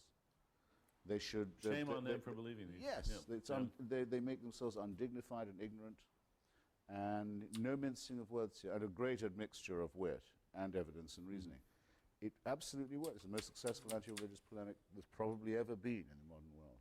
In the 20th century, anyway. I think we just touched upon an issue that we should really highlight, this whole Yeah. notion of authority, because Yeah. religious people often argue that science is just a tissue of uncashed checks. You know, we're all Yeah, yeah. relying on authority. How do you know that the cosmological constant is whatever it is? You know, so I think you two are well placed to do this. Differentiate the kind of faith placing in authority that we practice without fear in science and rationality generally, and the kind of faith placing in the preacher or the theologian that we criticize. Well, as what we religious. actually do when we who are not physicists take on trust what physicists say is we have some evidence to suggest that physicists have looked into the matter, that they've done experiments, that they've peer-reviewed their papers, that they've criticized each other, that they've been subjected to massive criticism from their peers in seminars and in lectures and things. And they've come through. And remember the structure that's there too. It's not just that there's peer review, but it's very important that it's competitive. For instance, when Fermat's last theorem was proved by Andrew Wiles. Andrew Wiles. The reason that those of us who, forget it, I'm never going to understand that proof, but the reason that we can be confident that it really is a proof is that Nobody wanted him to get there every first. other mathematician who was competent in the world was very well motivated to study find that, it, yeah. and believe me, if they begrudge him that this is a proof, it's a proof. Yes. Yeah. And there's nothing like that nothing like that. No, because in when The religion. antithesis of No, that. no religious person is ever able to say what Einstein said. If I'm right, the following solar event will occur off the west coast of Africa in, I forget how many years and months from now, and it did, within a very tiny degree of variation. There's never been a prophecy that's been vindicated like that, or anyone willing Yep. to place their reputation and their, as it were, their life on the idea that it would be. I was once asked at a public meeting, don't you think that the mysteriousness of quantum theory is just the same as the mysteriousness of the Trinity or the transubstantiation? And the answer, of course, can be answered in 2 quotes from Richard Feynman. In 2 quotes. One Richard Feynman No said, and fuck If no. you think you understand quantum theory, you don't understand quantum theory. He was admitting that it's highly mysterious. But the other thing is that the predictions of quantum theory experimentally are verified to the equivalent of predicting the width of North America to the width of one human hair. And so quantum theory is massively supported by accurate predictions, even if you don't understand the mystery of the Copenhagen interpretation or whatever it is. Whereas the mystery of the Trinity doesn't even try to make a prediction, let alone an accurate one. You know, I don't like. It isn't a mystery either. I don't just- like the use of the word mystery here. Yes. I think there's been a lot of consciousness raising in philosophy about this term, where we have so-called Mysterians, the new Mysterians. These are people who like the term mystery. Noam Chomsky is famously quoted to say, "There's 2 kinds of questions: there's puzzles and mysteries. Puzzles are soluble, mysteries aren't." And first of all, I just don't buy that, but I buy the distinction and say there's nothing about mystery in science. There's puzzles, there's deep puzzles, there's things we don't know, there's things we'll never know, but they aren't systematically incomprehensible to human beings. The glorification of the idea that these things are systematically incomprehensible is, I think, has no place in science. Which is why I think we should be quite happy to revive traditional terms in our discourse, such as... Wow, that was so much faster than trying to draw it. And to point out that... Oh my god, I wasted so much that time. intelligent people act stupidly. So John much Connor easier. has just written another attack on yourself, Richard, and who is an old friend of mine, a very brilliant guy, wrote one of the best studies of the Catholic Church and fascism that has been published. He's in his review of you, he says, Professor Dawkins should just look at the shelves of books there are on the Trinity. The library is full. Oh my of god. attempts to solve Well, the that's, problem I mean, so one thing that needs to be said and should be said is that people think fonts and lettering is easy or something, or it's taken for granted, but like fonts are deeply complicated, and there's so much that goes into fonts, like the spacing between letters, and like there's like when you type, like there's no like when you're trying to create a font, like your own kind of font, like lettering, that's like really difficult because the way the letters look with alongside other letters is like, okay, this A you would say takes like 1 unit, but then how much space does a lowercase I take? A lowercase I is not going to take the same space as a capital A, and a lowercase a is not even going to take the same kind of space as a lowercase I. So it's all very complicated how to space everything so it doesn't look like there's huge holes, because like you've seen it with some kind of shitty fonts where it's like, I don't know, it would like try to like spell your name, right? It would go like void. Like it would space it out really weird because it wouldn't overlap, right? The V wouldn't be allowed to go over the O. So you'd have like shitty fonts that would look like this, and there would be like huge holes in it, right? And you go like spook. And these are much, like these kinds of letters are a lot easier, right? But things that are more like this. They don't occupy like a square, like letters encroach on each other, right? Like this would be taken up, right? Or I don't know, just like all kinds of different letters, like T's, like a T. Like you have to have special like coding. Like if you're to put a T, you'd want the T to be closer, right? You'd want the T to overhang over the O, right? Or even like a lowercase t, right? You need it to overlap. You need to encroach on each other's like unit space. So not only is not only is this like complicated, but then I was also trying to do it in a perspective that was like this, like a curved perspective.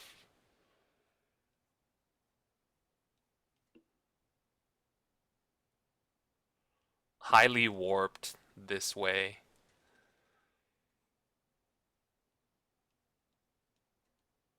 Because what I was thinking of, it was sort of like, I was sort of thinking of like, if you were a person and there was kind of like, I don't know, you're entering Disney World or something, and it's like this curved sign, and you're walking under an arch that says Disney World.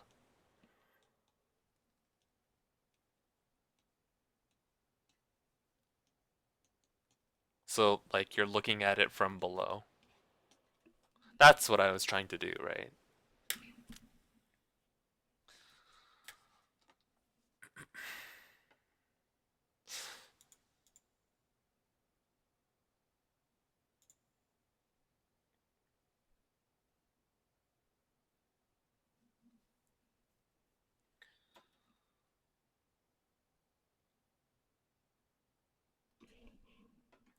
I kind of want to bend it a little bit more.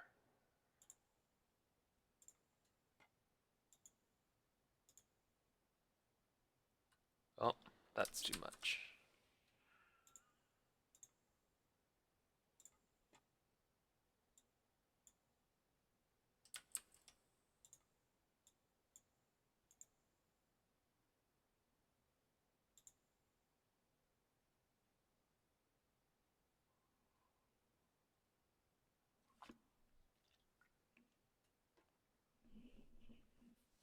The perspective is still like a little bit weird. I think the E needs a different perspective. Like it needs the E needs to be altered a little bit.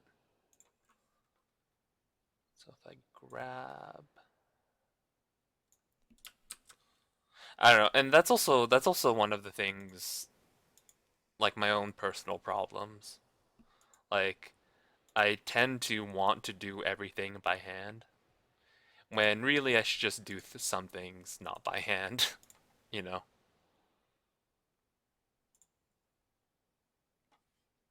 Yeah, choosing fonts is difficult. It's not a simple task.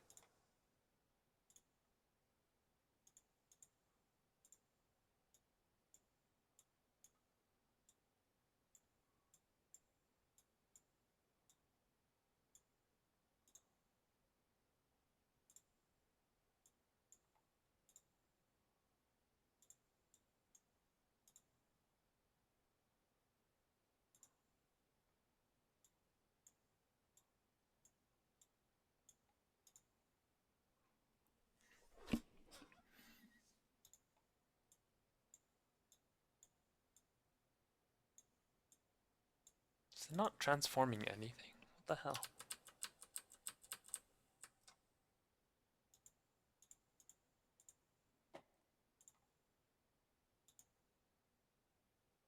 God damn it, I was transforming nothing.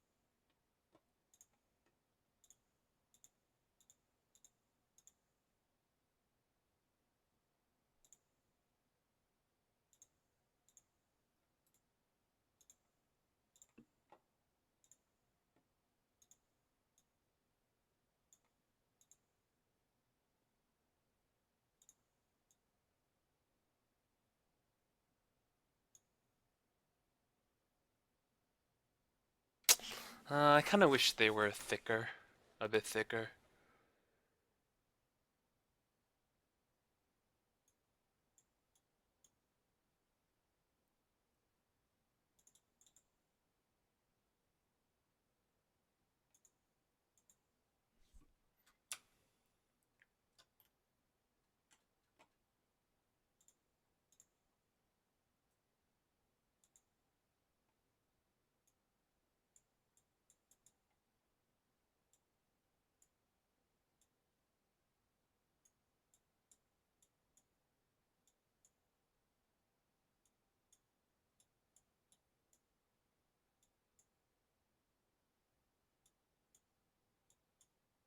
Oh, nice.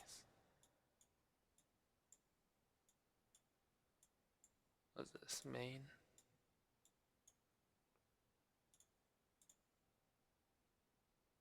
Cool.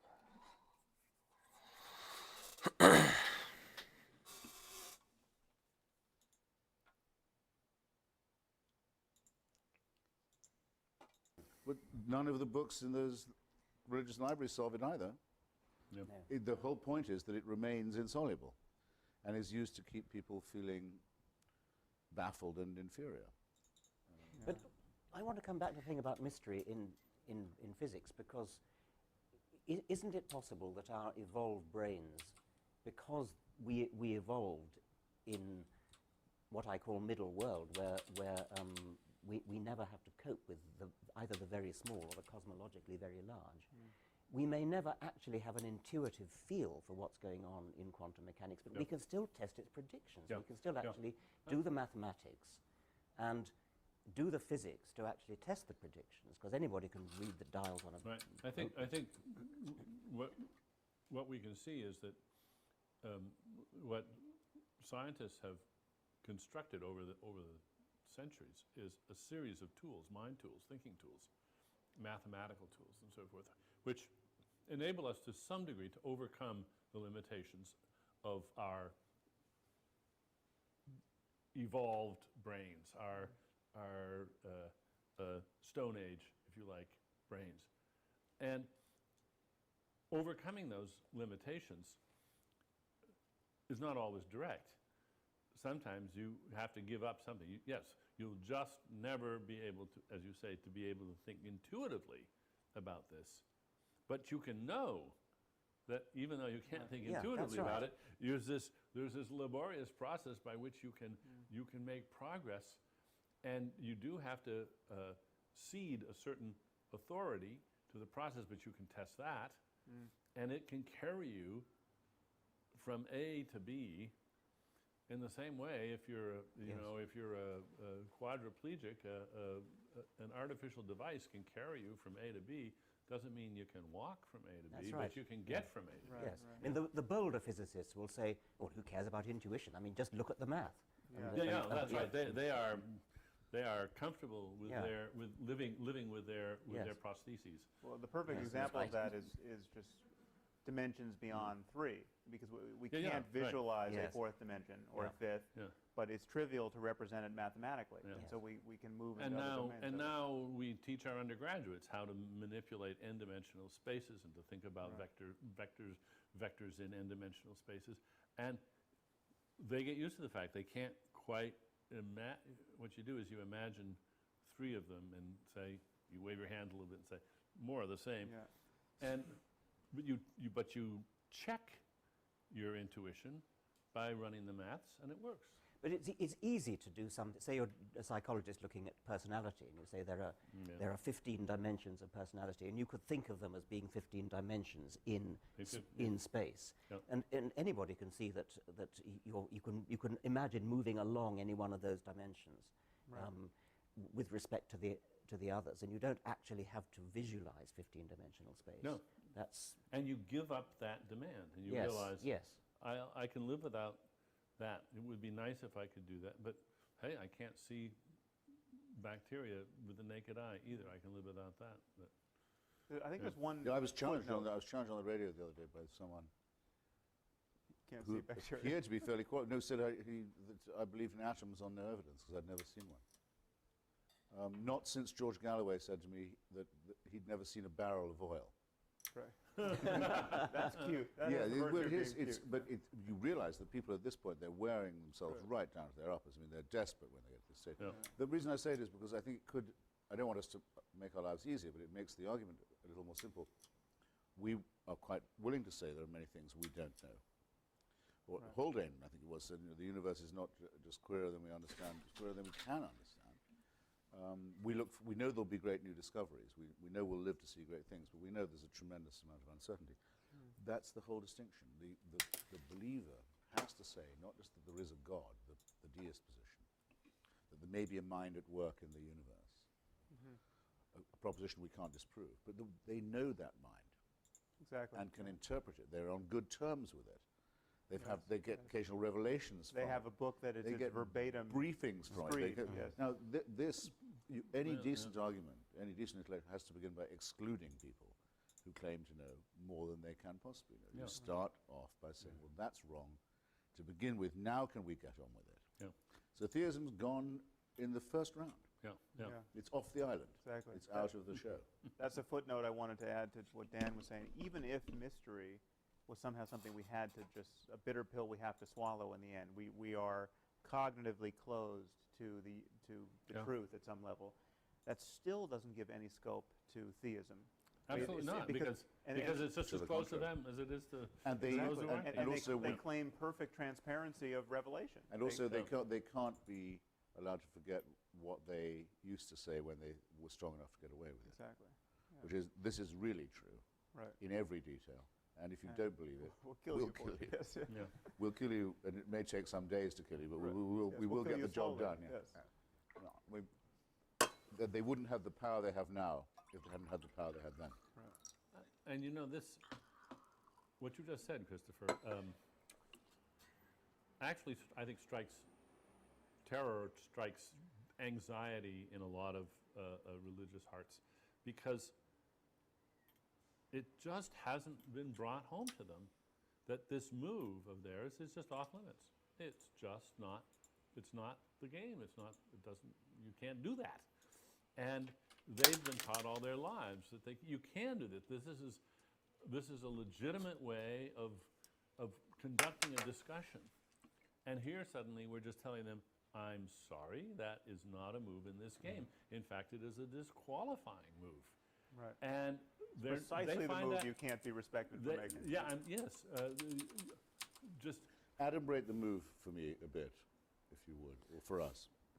Perhaps only for me. somebody, what you think that move somebody plays the faith card. Yes. They say, look, I am a Christian, and we Christians, we just have to believe this, and that's it. At which point, I guess the polite way of saying it is, well, okay, if that's true, you'll just have to excuse yourself from the discussion because you've declared yourself incompetent Okay. to proceed with an open mind. Now, if That's you what I hoped- really that's what can't, I hoped if you you were really saying. can't, if you really can't defend your view, then sorry, you can't put it forward. We're not going to let you play the faith card. Now, if you want to defend what your holy book says in terms that we can appreciate, fine. But because it says it in the holy book, that just doesn't cut any ice at all. And if you think it does, you're clearly, that is, first of all, that's just arrogant. It is a bullying move, and we're just not going to accept it. And it's a move that they don't accept when Exactly. done in the name of another faith. which is- Exactly. But now, in which That's the case, could I problem. ask you something, all three of you, who are wiser than I on this matter? What do we think of Victor Stenger's book that says that we can now scientifically disprove the existence of God? Do you have a view Which of this? God? I haven't read the book. Which God? The God of Any- the Any kind of Either kind a of- creating one, or a supervising one, and certainly an intervening one. I mean, I think that's very exhaustive.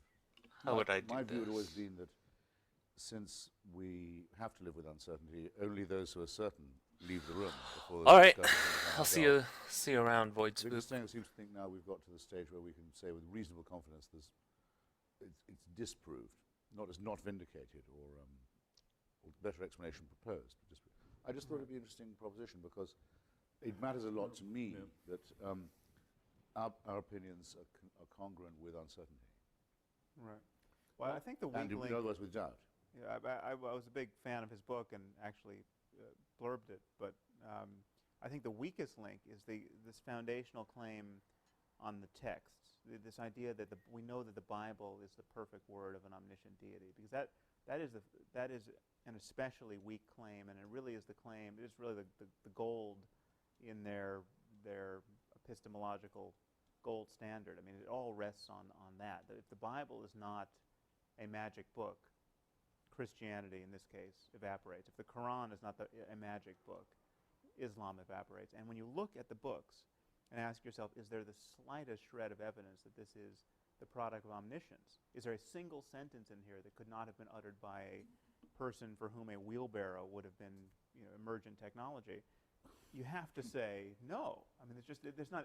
If the Bible had an account of DNA and electricity and other things that would astonish us, then okay, our jaws drop suitably, and we have to have a sensible conversation about the source of this knowledge. Dinesh D'Souza makes this claim in his new book. He's going to be, by the way, one of the much more literate and well-read and educated of our antagonists. I'm going to be debating soon. He says that in Genesis, which people used to mock, they said, "Let there be light," and then only a few staves later, you get the sun and the moon and the stars.